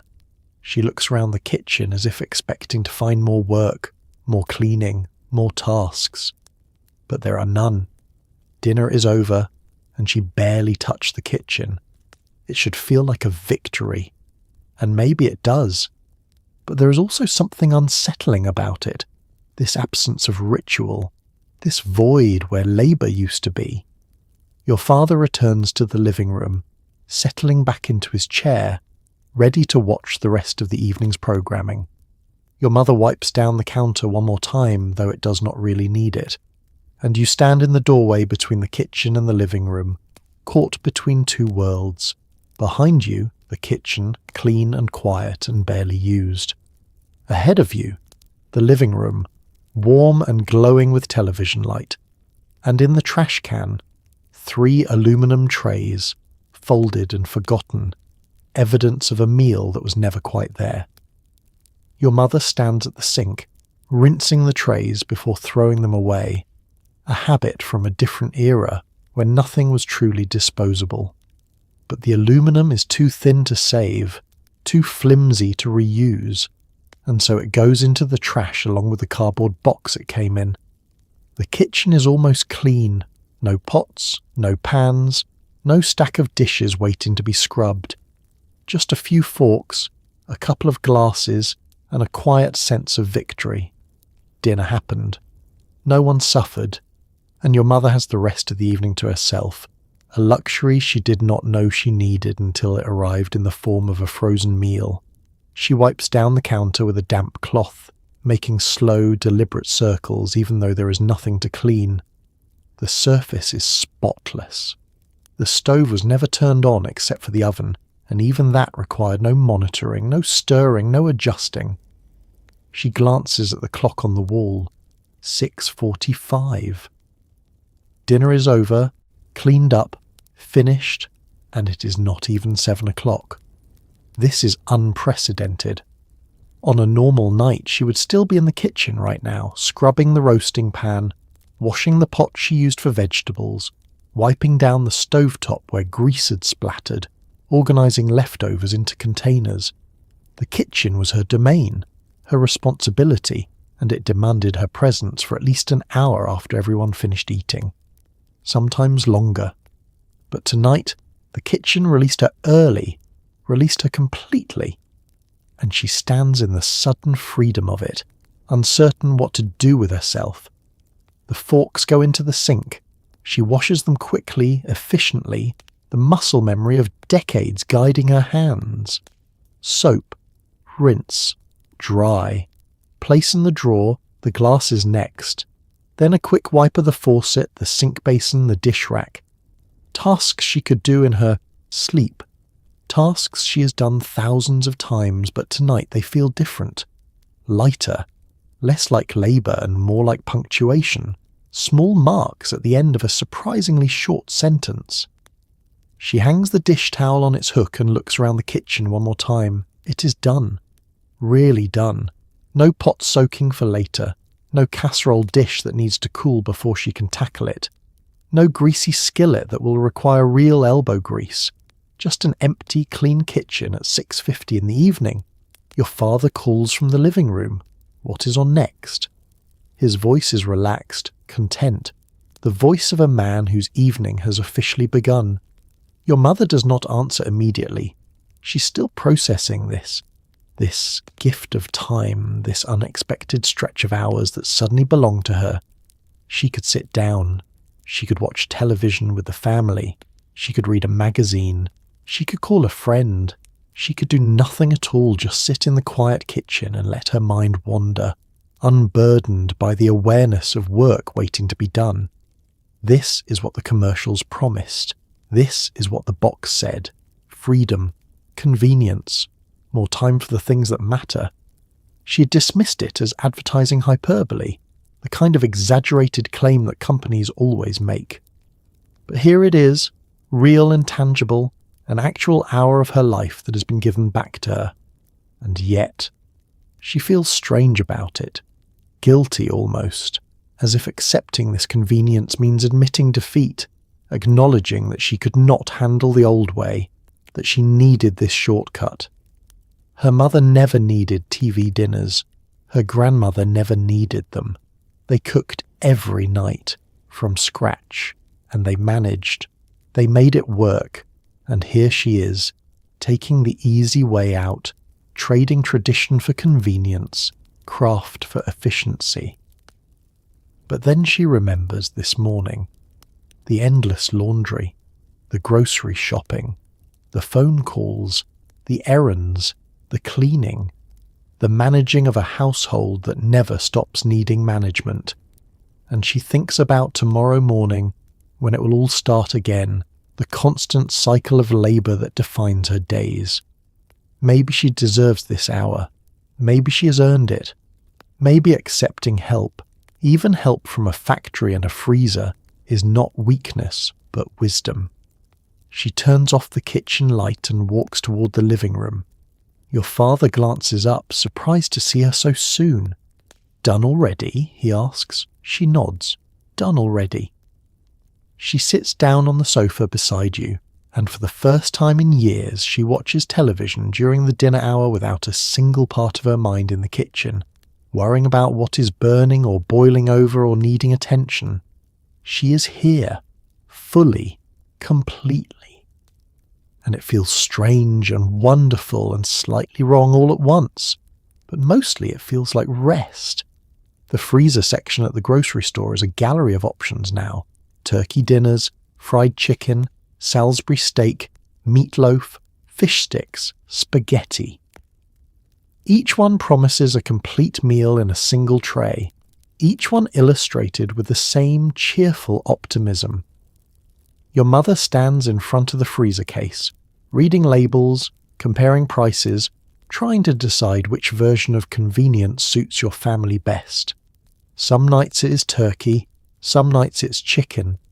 Occasionally, when she feels adventurous, she brings home the meatloaf, which tastes exactly like you imagine meatloaf would taste if it were designed by a committee. The freezer section has expanded since those first boxes appeared. What started as a novelty has become an entire category, a landscape of aluminum promises stacked neatly behind frosted glass doors. Your mother pulls her coat tighter, the cold air from the freezer case washing over her as she browses, her breath making small clouds in the supermarket air. She picks up a box, Swanson fried chicken dinner. She reads the description. Southern-style fried chicken with whipped sweet potatoes, buttered corn and a crispy brownie. The illustration shows golden chicken pieces arranged artfully beside perfectly orange sweet potatoes. It looks delicious. It looks like something you would order at a restaurant. She turns it over to check the price, 98 cents.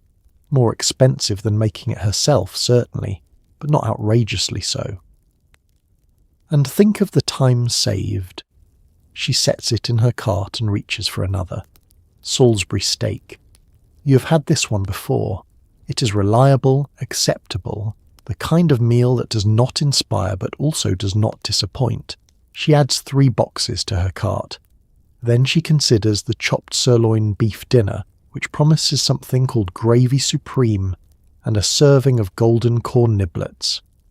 The language on these boxes is always optimistic, always suggesting that what lies inside is not just food but an experience, a journey, a small domestic triumph. Next to the Swanson dinners are the banquet brand offerings, slightly cheaper, slightly smaller portions. Your mother picks one up and compares. The banquet turkey dinner costs 79 cents, nearly 20 cents less than the Swanson. But the illustration looks less appetizing somehow, the colours less vivid, the portions less generous. She weighs the decision. Is 20 cents worth it? Is Swanson really better, or is it just better marketing? She puts the banquet box back. Better to stick with what she knows. There are new varieties she has never tried. Mexican-style dinner with enchiladas and rice and beans, Italian dinner with lasagna and garlic bread, Chinese dinner with something called chow mein and fried rice. The world is coming to your freezer section, exotic flavours and foreign cuisines rendered safe and convenient and frozen for your approval. She is tempted by the enchilada dinner, intrigued by the promise of something different, something she would never attempt to make herself. But she hesitates. Your father is a meat and potatoes man, sceptical of anything too unfamiliar. And you, well, you are a child with a child's conservatism about food. Better to save the experiments for another time. Another woman appears beside her, also scanning the selection. They nod politely at each other, 2 mothers engaged in the same calculus, the same weighing of cost and convenience and family preferences. The other woman picks up a ham dinner and studies it carefully before adding it to her cart. Your mother watches, curious. She's not tried that one yet. Maybe next time. She counts the boxes in her cart. 6. Enough for 2 nights this week. Maybe 3 if she stretches them with a salad or some bread. Not every night. She's not ready to surrender entirely to frozen dinners. Not ready to give up cooking altogether. But 2 or 3 nights a week? That feels manageable. That feels like a compromise she can live with. She closes the freezer door and moves on, continuing through the store, checking items off her list. Milk, bread, eggs, butter, the regular staples, the ingredients for the meals she will still make from scratch on the other nights. The TV dinners are a supplement, not a replacement. At least not yet. But as she walks toward the checkout, she cannot help noticing how heavy her cart feels, how much lighter it would be if those 6 aluminum trays represented 6 complete dinners and she did not need anything else. How simple it would be to live entirely from the freezer, to never plan a menu, never follow a recipe, never stand at the stove stirring and tasting and hoping it turns out right. Simple, but also sad. And she's not ready for that yet. Not quite yet. She pays for her groceries and carries them to the car, the frozen dinners wrapped in paper to keep them cold on the drive home. And as she loads the bags into the trunk, she thinks about dinner tomorrow night, and the night after, and wonders how long before the freezer case feels less like a convenience and more like a necessity. At first, TV dinners were special, a novelty, a glimpse of the future. But after a few months, they become routine. Your mother buys them weekly. They stack neatly in the freezer, a backup plan for nights when cooking feels impossible. You start to recognize the rhythm, the sound of the oven preheating, the smell of aluminum warming, the gentle hum of the timer counting down. It is no longer exciting. It is simply dinner, one option among many. And that normalization is perhaps the strangest part. The future arrived so quickly that it stopped feeling like the future and became just another part of ordinary life. Tuesday night is TV dinner night now. Sometimes Wednesday too, if your mother has an evening meeting at church or your father works late. The boxes no longer warrant comment. Your mother pulls them from the freezer with the same casual efficiency she uses to grab eggs or butter. They're just food now, groceries, nothing special. You no longer watch the oven with anticipation. You know what will emerge. You know how it will taste, how it will smell, which compartments will be too hot, and which will be barely warm. The mystery has evaporated, replaced by familiarity. These dinners are predictable, and predictability, while comforting in some ways, is also dulling. The ritual has compressed. At first, TV dinners felt like an event, something to prepare for, to discuss, to evaluate. Now they happen with barely a word. Your mother sets the timer, you set the table, or rather you bring napkins and glasses to the living room.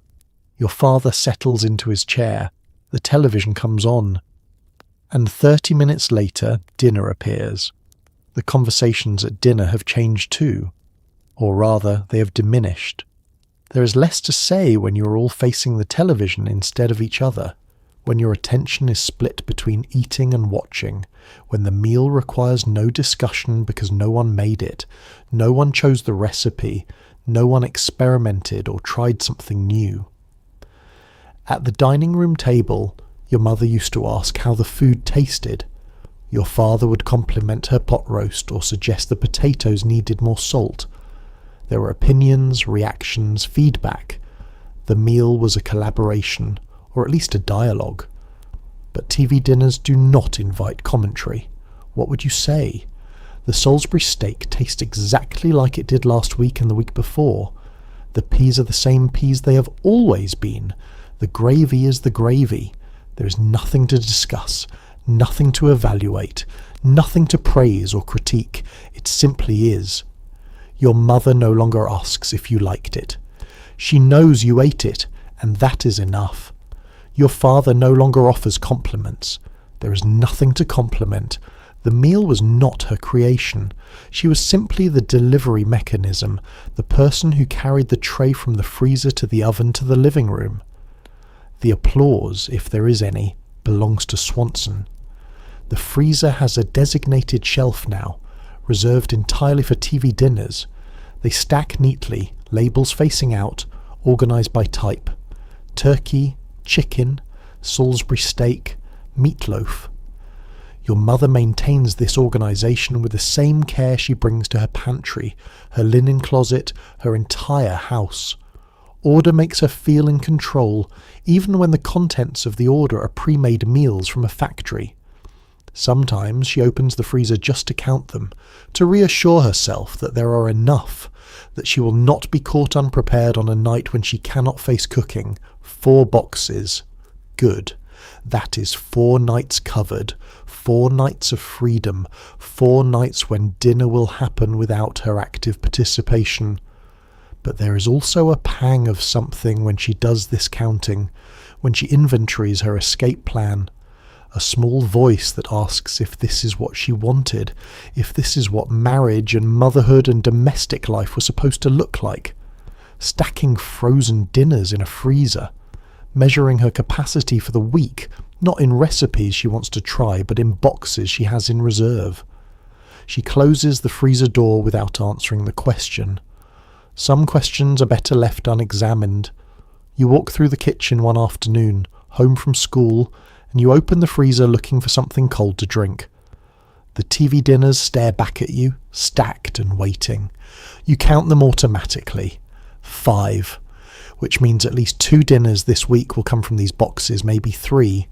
It has become so normal that you do not even react. You just grab your glass of water and move on. This is how the future arrives, not with fanfare or resistance, but with quiet acceptance, not as a choice you make once, but as a series of small, unremarkable decisions that accumulate till one day you realise the world has changed and you barely noticed it happening. TV dinners are not the future anymore, they're just dinner. Even as TV dinners become routine, there is something you miss. You miss the smell of roast chicken filling the house on Sunday afternoons. You miss the sight of your mother stirring a pot, tasting, adjusting, adding a pinch of salt or a dash of pepper. You miss the chaos of a real kitchen, the clatter of pans, the hiss of butter in a skillet, the warmth of standing nearby while something simmered. TV dinners are convenient, yes, efficient, yes, but they are also quiet, solitary, sterile. They do not fill the house the way cooking used to. They do not feel like home. You miss the anticipation. The way dinner used to build slowly over an hour or two, the smells layering themselves into something rich and complex. You would come home from school and know immediately what was for dinner: pot roast, fried chicken, pork chops. The house told you. The air itself was a menu, written in aroma and heat and the particular sounds of cooking. Now you come home and the house smells like nothing, clean, neutral, empty, and you have to ask what is for dinner, and your mother answers with a brand name instead of a dish. Swanson, Banquet, as if the manufacturer matters more than the meal. You miss watching your mother cook. You did not realise at the time that you were learning, that watching her flour a chicken breast or season a pot of beans or roll out pie dough was an education, a transfer of knowledge from one generation to the next. You absorbed techniques without knowing you were absorbing them. You learned timing, proportion, intuition.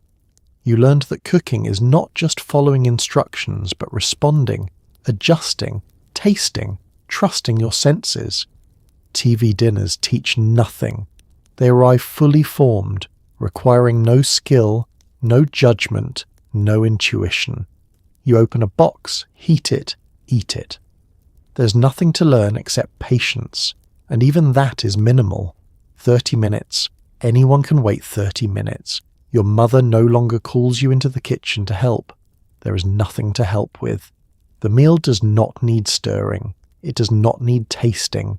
It does not need her, and it certainly does not need you. So you stay in your room or in the living room, and the kitchen remains empty, unused, a space that has lost its purpose.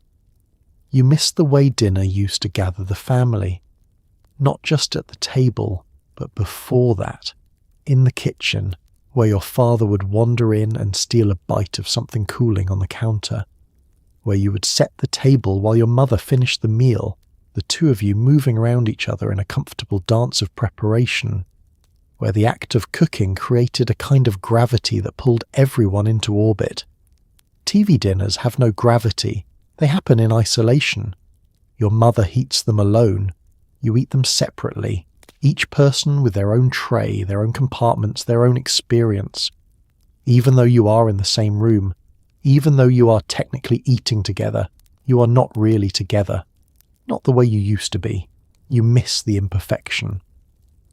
The nights when the chicken was a little dry or the gravy was too thick or the vegetables were slightly overdone, your mother would apologise and you would all assure her it was fine, it was good, it was delicious. And it was, because it was hers, because she made it, because love and effort and intention counted for something. TV dinners are never imperfect.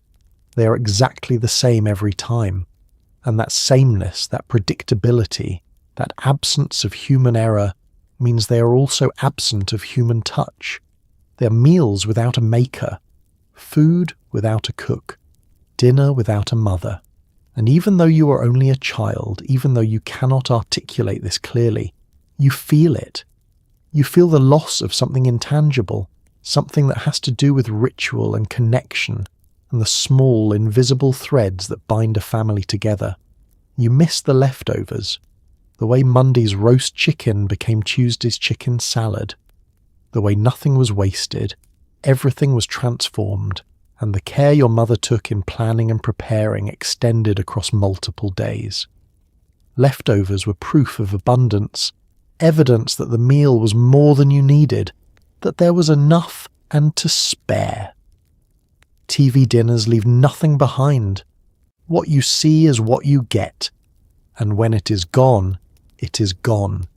There is no tomorrow in a TV dinner, only now. You're sitting in the living room one evening, eating your Salisbury steak. watching the television flicker, and suddenly you are overwhelmed by a longing you cannot name. A longing for something warm and complicated and human, for the smell of garlic browning in butter, for the sound of a wooden spoon scraping the bottom of a pot, for the sight of your mother's hands, strong and capable, shaping something raw into something nourishing. You do not say anything, you just keep eating. But the longing remains, quiet and persistent, a small ache that will grow larger as the years pass and TV dinners become more normal, and the old ways recede further into memory. You miss home, even though you are sitting in it. One evening your mother is out and you're left with instructions. Preheat the oven. Remove the tray from the box. Heat for 30 minutes. You follow the steps carefully, feeling oddly grown up. And when the timer dings, you pull your dinner from the oven with a sense of accomplishment that feels disproportionate to the effort involved. You carried a box from the freezer. You turned a dial. And yet somehow you made dinner. It is a strange kind of independence, the kind that requires no skill, no intuition, no knowledge passed down through generations, just the ability to read instructions and trust that science will do the rest. Your mother left you a note on the counter, written in her neat, careful handwriting. Dinner is in the freezer. Turkey, 425 degrees, 30 minutes. Do not forget to use pot holders. Be careful with the oven. I will be home by 8. There's a phone number at the bottom, the house where she will be, in case something goes wrong. But nothing will go wrong. This is the promise of TV dinners. They are foolproof. You open the freezer and find the box exactly where she said it would be. Swanson turkey dinner. The turkey on the illustration looks golden and perfect, surrounded by vegetables that gleam with an almost unnatural brightness.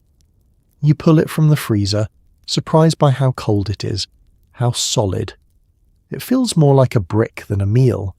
You preheat the oven, turning the dial carefully to 425 degrees, watching as the red light clicks on to indicate that the oven is warming. You've watched your mother do this hundreds of times, but doing it yourself feels different. Official, important. You're in charge of dinner tonight. While the oven heats, you remove the tray from its cardboard sleeve. The aluminum is frosted with ice crystals, the food inside pale and frozen and not particularly appetizing. But you trust the process. You have eaten these dinners before, you know what they become. The oven beeps, or rather it clicks, announcing that it has reached the proper temperature. You open the door carefully, feeling the wave of heat on your face, and slide the tray onto the middle rack. It sits there, cold and inert, and you close the door with a sense of ritual, of having completed an important step. Now you wait. You set the kitchen timer, twisting the dial to 30, and the ticking begins. 30 minutes. You're not sure what to do with yourself. Your mother would normally be here, moving through the kitchen, wiping counters, preparing other parts of the meal, but you have nothing to do. The meal requires nothing from you except patience. You wander into the living room and turn on the television. A game show is playing, contestants shouting answers, the audience applauding. You watch without really watching, your mind half on the oven, half on the strange feeling of being alone in the house with dinner cooking. 20 minutes in, you smell it. The same smell as always, meat and vegetables and aluminum and something faintly metallic. It drifts through the house, announcing itself, and you feel a small surge of pride. You did that. That smell exists because you put that tray in the oven. When the timer dings, you jump up and hurry to the kitchen. You grab the pot holders from their hook, thick and quilted and slightly too big for your hands. You open the oven door and the heat rolls out, carrying with it the full aroma of cooked food. The tray is bubbling, the compartment steaming, the turkey browned and glistening. You grip the edges of the tray carefully, the aluminum hot even through the pot holders, and lift it free. It is heavier than you expected, weighted with heat and moisture. You set it on the stovetop, on a trivet your mother left out for exactly this purpose, and you stand there looking at what you have made, a complete dinner, by yourself, without help, without supervision, without needing any skill or knowledge beyond the ability to read a box and turn a dial. It feels like an achievement.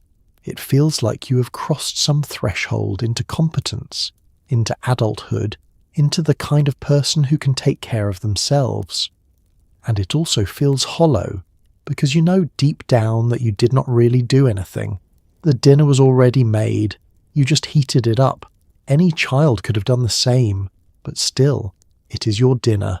You made it, or at least you facilitated it. And when you carry the tray to the table and sit down to eat, there is a satisfaction in that, a small, quiet pride. You eat alone in the dining room, the house silent except for the sounds of your fork-scraping aluminum. The turkey is tender, the vegetables are soft, the gravy is thick and salty. It tastes exactly like it always tastes, and yet somehow different, because tonight it is yours. Your mother comes home an hour later and finds you washing your fork at the sink, the aluminum tray already folded and thrown away. "How did it go?" she asks, and you can hear the worry in her voice, the concern that maybe something went wrong, maybe you struggled, maybe you needed her. "It was fine," you say, "easy." And she smiles, relieved. "Good. That is good." But there is something else in her smile too, something bittersweet. Pride that you're growing up, becoming capable, learning to take care of yourself, and sadness that you are growing up, that you needed her less tonight than you did yesterday, that the distance between child and adult is shrinking faster than she expected. You do not see the sadness, you only see the pride, and you feel proud too. You made dinner. The commercials make TV dinners look like magic. Smiling mothers serve them to delighted children. Families gather around glowing screens, laughing, talking, enjoying meals that look restaurant perfect. The narrator speaks in smooth, reassuring tones, promising freedom, convenience, modernity, as if frozen food were the key to happiness itself. You watch these commercials and compare them to your own experience. The slightly mushy peas, the gravy that tastes more like salt than flavour, the cranberry sauce that wobbles when you poke it, and you realise that advertising and reality are distant cousins who only visit on holidays. The woman in the commercial is always perfectly put together. Her hair is styled, her dress is pressed, her kitchen gleams like it has never known grease or spills, or the chaos of actual cooking. She pulls a TV dinner from the oven with one hand, balancing it effortlessly, and her family gasps with delight as if she has just revealed a work of art instead of a reheated aluminum tray. Her children are clean, their faces shine. They sit at the table with impeccable posture, forks poised politely, waiting for permission to begin. They do not complain. They do not pick at their food. They certainly do not ask why dinner comes in compartments, or why everything tastes vaguely the same. The father in the commercial loosens his tie and grins appreciatively, as if this meal, this frozen factory-made meal, is exactly what he has been dreaming about all day. He takes a bite, and his expression suggests transcendence. The narrator assures you that TV dinners give mothers more time for the things that really matter. More time for family, more time for herself, more time for happiness. And you believe it. Or at least you want to believe it. Because the commercial is so polished, so confident, so certain that this product will transform your life. The lighting is perfect. The music swells at just the right moment. Even the steam rising from the tray looks choreographed, curling upward in graceful, deliberate spirals. But then you look at your own table. Your tray sits on a woven placemat. the aluminum slightly dented, the compartments uneven from reheating. The turkey is darker on one side than the other. The peas are dull green, not the vibrant emerald shown on television. The mashed potatoes have a faint greyish tinge that the commercial managed to avoid entirely. Your mother does not look like the woman in the commercial. She is tired. Her hair is slightly dishevelled from the day. Her apron has a stain from something earlier, something unrelated to this meal. And she is not smiling with the serene confidence of someone who has discovered the secret to domestic bliss. She's simply relieved that dinner is done, that it happened without crisis, that she can sit down now and maybe, finally, rest. Your father eats without comment, his attention mostly on the television. He's not transported by the flavour. He's not overcome with gratitude. He's just eating because it is dinner time, and this is what dinner is. The commercial promised transcendence. Reality delivers adequacy, and the family in the commercial talks, laughs, connects over their meal in ways that suggest TV dinners have somehow brought them closer together. But your family's quiet. The television provides the soundtrack. The conversation is minimal.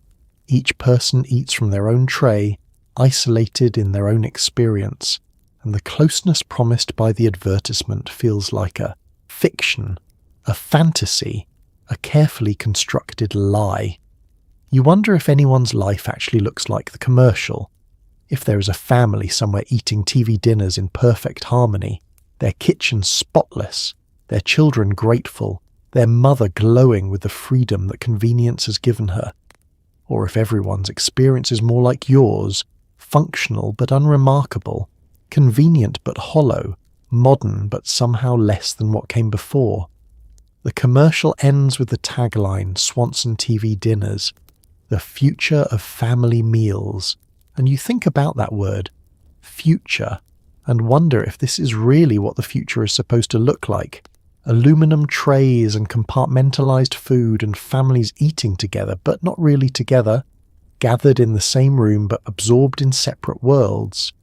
The next commercial starts, this one selling laundry detergent with the same breathless enthusiasm, the same perfect family, the same promise that buying this product will solve problems you did not know you had. And you realize that advertising is not about truth. It is about aspiration, about showing you a version of life that is cleaner, easier, happier than the one you're living, and convincing you that the gap between the two can be bridged with a purchase. You take another bite of your turkey. It is fine, just fine. And maybe that is the real truth that the commercials will never tell you, that TV dinners are not magic. They are not transformative. They are not the key to happiness. They are just dinner, slightly disappointing dinner, convenient dinner, modern dinner, but still just dinner. And the promise of more time, more freedom, more happiness. That promise is still waiting to be fulfilled, somewhere beyond the aluminum tray and the flickering television screen. Your mother would never serve TV dinners to guests. That would be unthinkable. When company arrives, she cooks, really cooks, the way she used to before frozen meals became routine. Roast chicken, mashed potatoes made from scratch, vegetables steamed and buttered, homemade pie. TV dinners are for family, for weeknights, for moments when no one is watching. They are private convenience, not public presentation. And that distinction says something important about the 1950s, about the gap between what families did behind closed doors and what they showed the world. The announcement comes on Tuesday. Your father's boss and his wife are coming for dinner on Saturday. Your mother receives this news with a mixture of pride and panic. Pride because being invited to host means your family has arrived socially, that you are respectable enough, successful enough, worthy enough to entertain. Panic because dinner for guests is not just dinner. It is performance. It is judgment. It is a referendum on her capabilities as a wife, a homemaker, a woman. The TV dinners in the freezer suddenly feel like evidence of failure. She looks at them Wednesday evening, those neat aluminum trays stacked on their shelf, and feels a stab of guilt. This is what her family eats on ordinary nights. This is what she has been serving. This shortcut, this compromise, this surrender to convenience. But guests require something different. Guests require proof that she can still do it the old way, that she has not forgotten how, that she is still, fundamentally, competent. On Thursday, she makes lists, menu, ingredients, timeline. She's not planned a meal this carefully in months. Turkey? No, too predictable. Too much like the TV dinners they have been eating. Roast beef? Expensive, but impressive. Ham? She settles on roast chicken, reliable and elegant. The kind of meal that shows effort without showing off.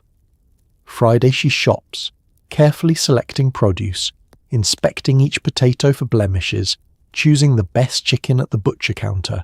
She buys real cream for the potatoes, fresh green beans, ingredients for an apple pie, the crust made from scratch, the way her mother taught her.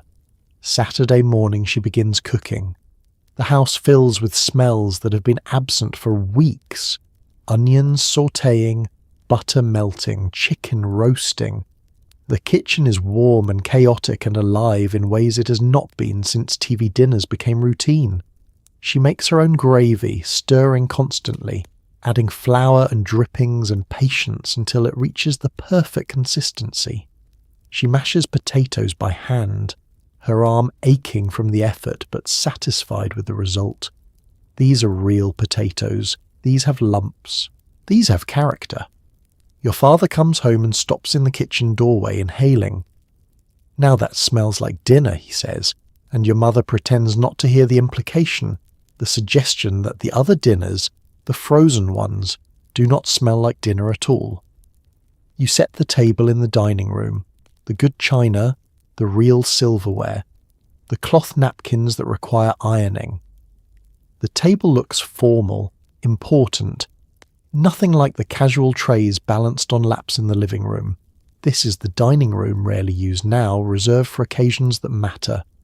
The guests arrive at 6. Your mother greets them wearing her best dress, her hair freshly styled, her smile bright and welcoming. She has transformed herself just as thoroughly as she has transformed the meal. This is the version of herself she shows to the world. The capable homemaker, the gracious hostess, the woman who has everything under control. Dinner is served on platters, passed hand to hand around the table. The chicken is golden and perfect. The potatoes are creamy. The green beans are tender crisp, exactly right. The pie is still warm when she slices it, the crust flaky, the apples sweet and spiced. Your father's boss compliments every dish. His wife asks for the recipe for the potatoes.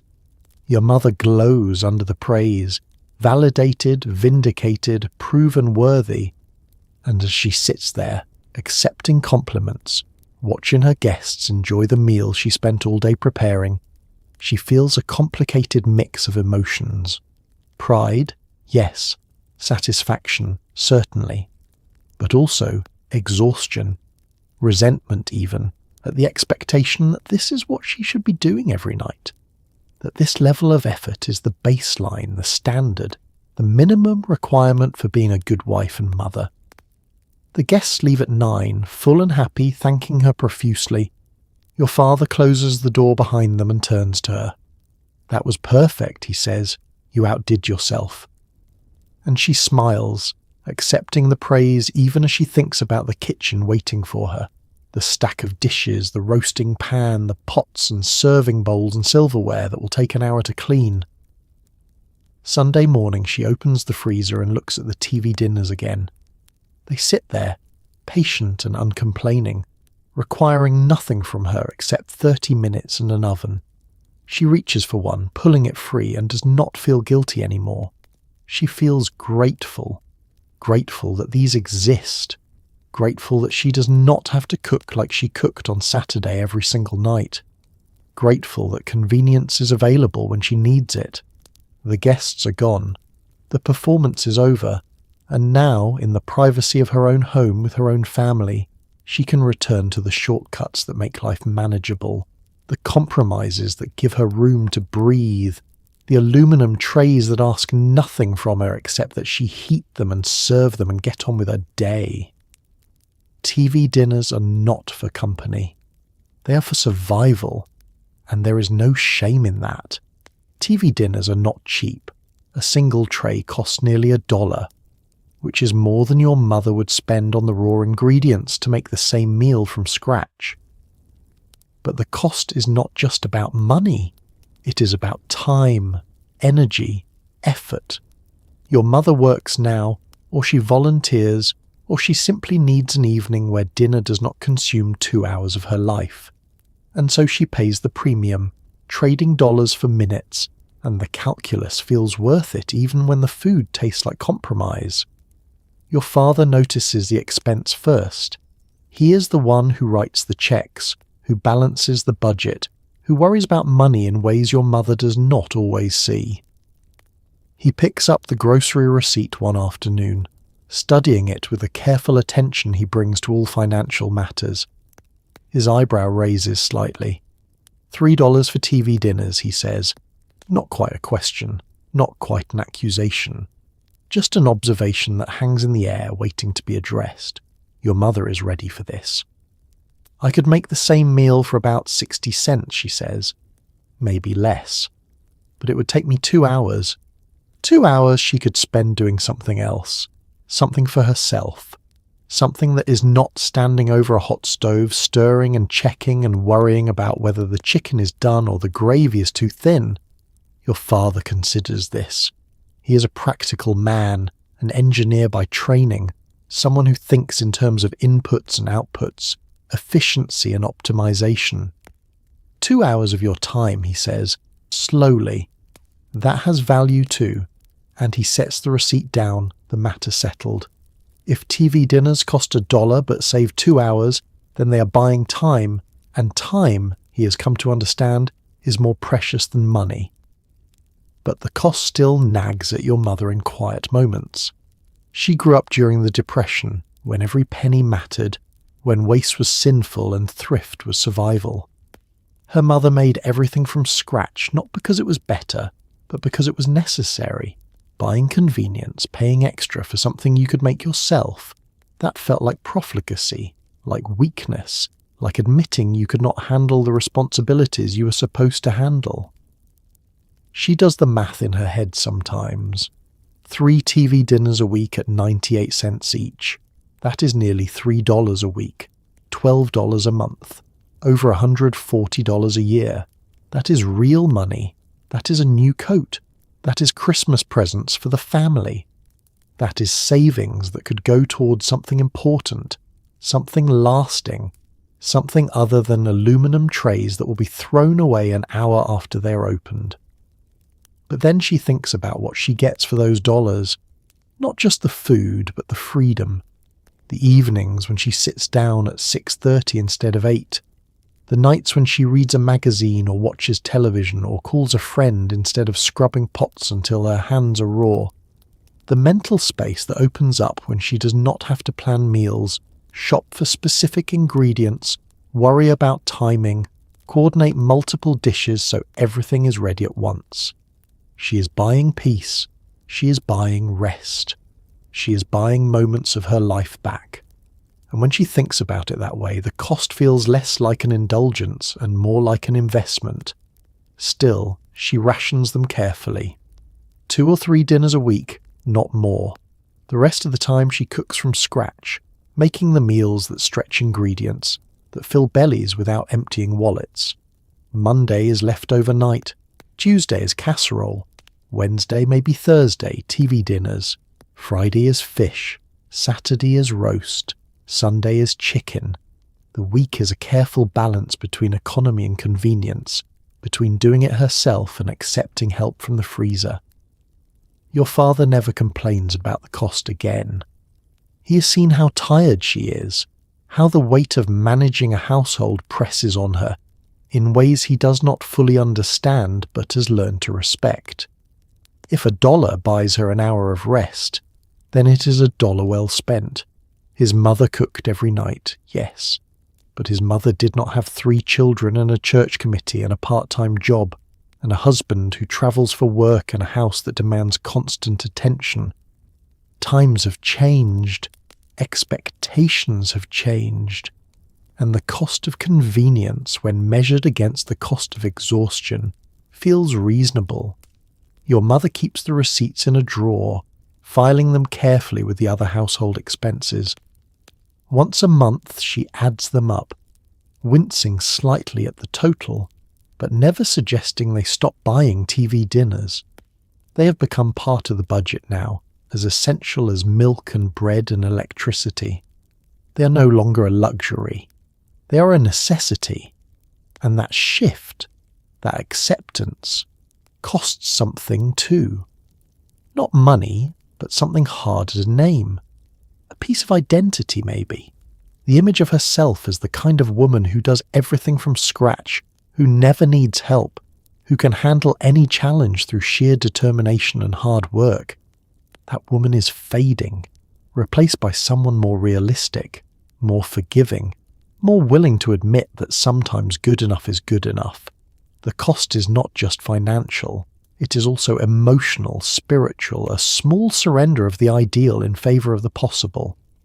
But your mother pays it anyway, because the alternative, the endless cooking, the relentless labour, the exhaustion that never quite lifts, that cost is higher.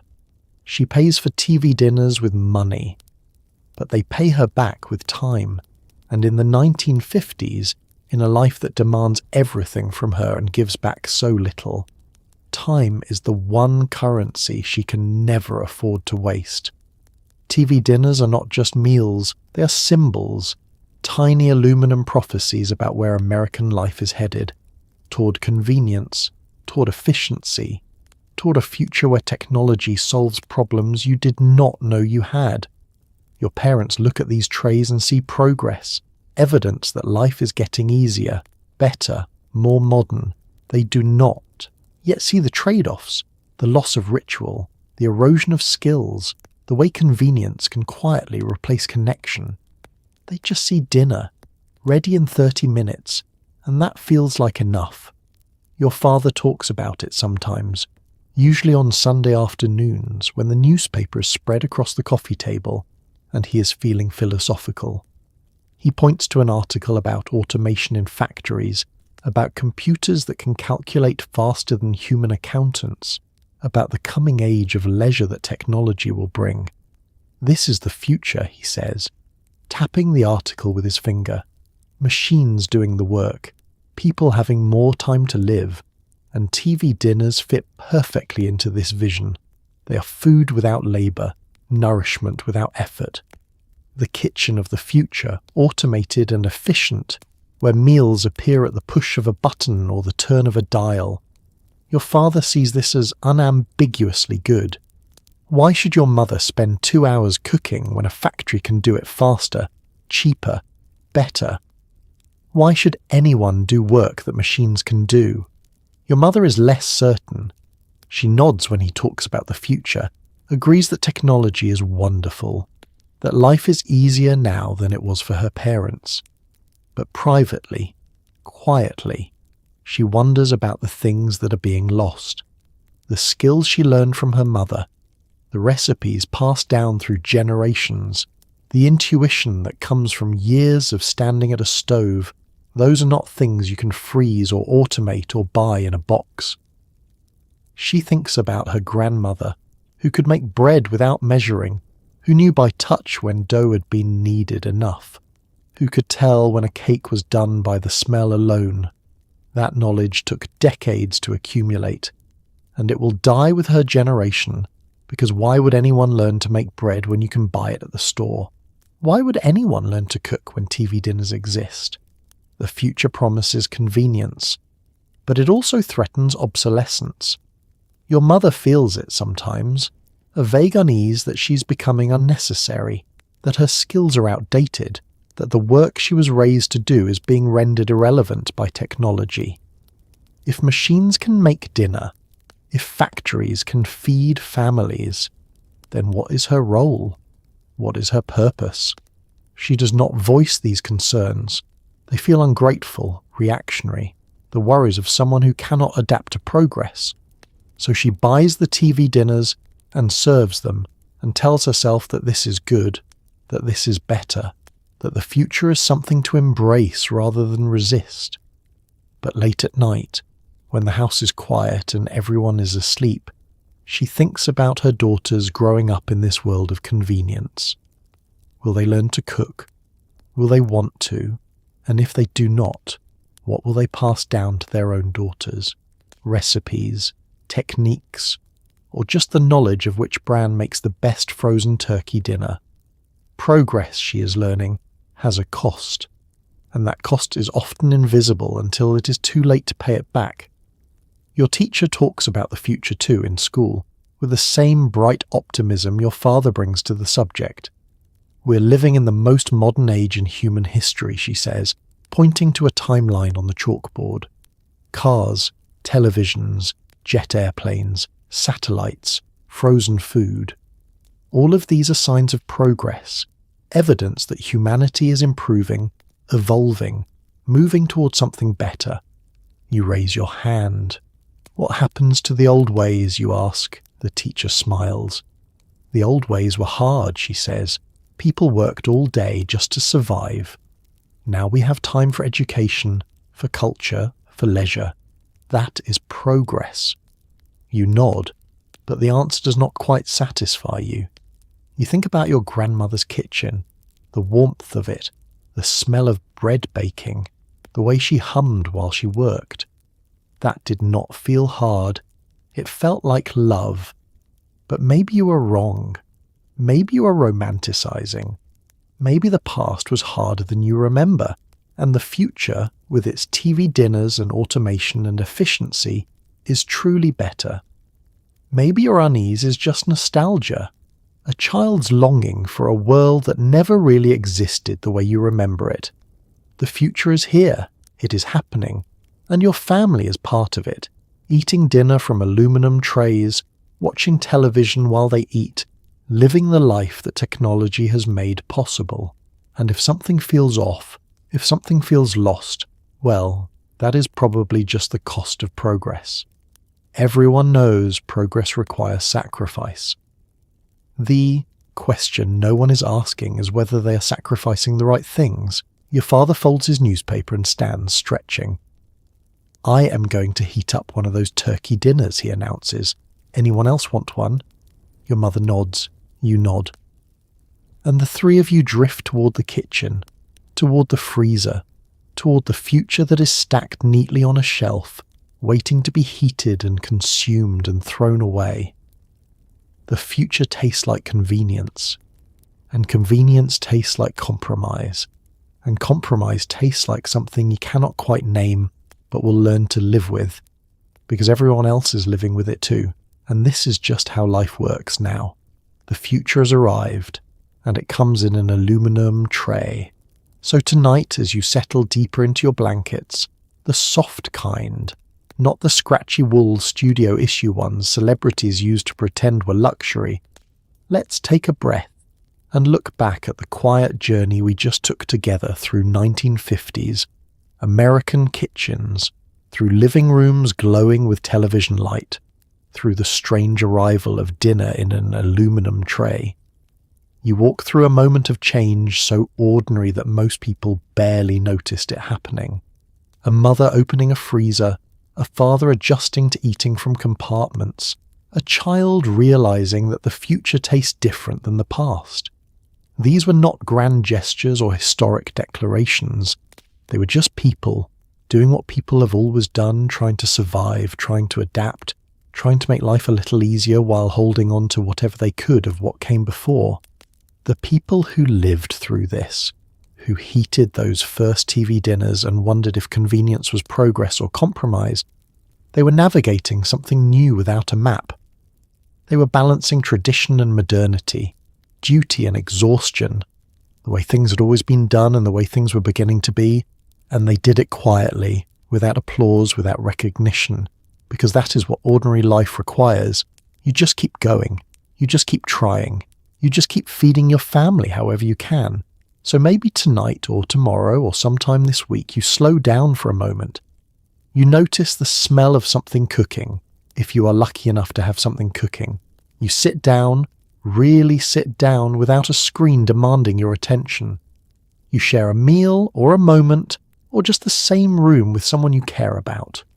You remember that dinner used to gather people, and maybe, just maybe, it still can. History is not always dramatic. Sometimes it's a timer ticking in a quiet kitchen. Sometimes it's a family trying something new and not quite knowing how to feel about it. Sometimes it is just the soft sound of aluminum being folded and thrown away, and life continuing, and tomorrow arriving whether you are ready or not. And that is enough. That has always been enough. Good night. And may your dreams be warmer than any frozen dinner, and softer than any aluminum tray, and filled with the kind of comfort that no convenience can ever quite replace.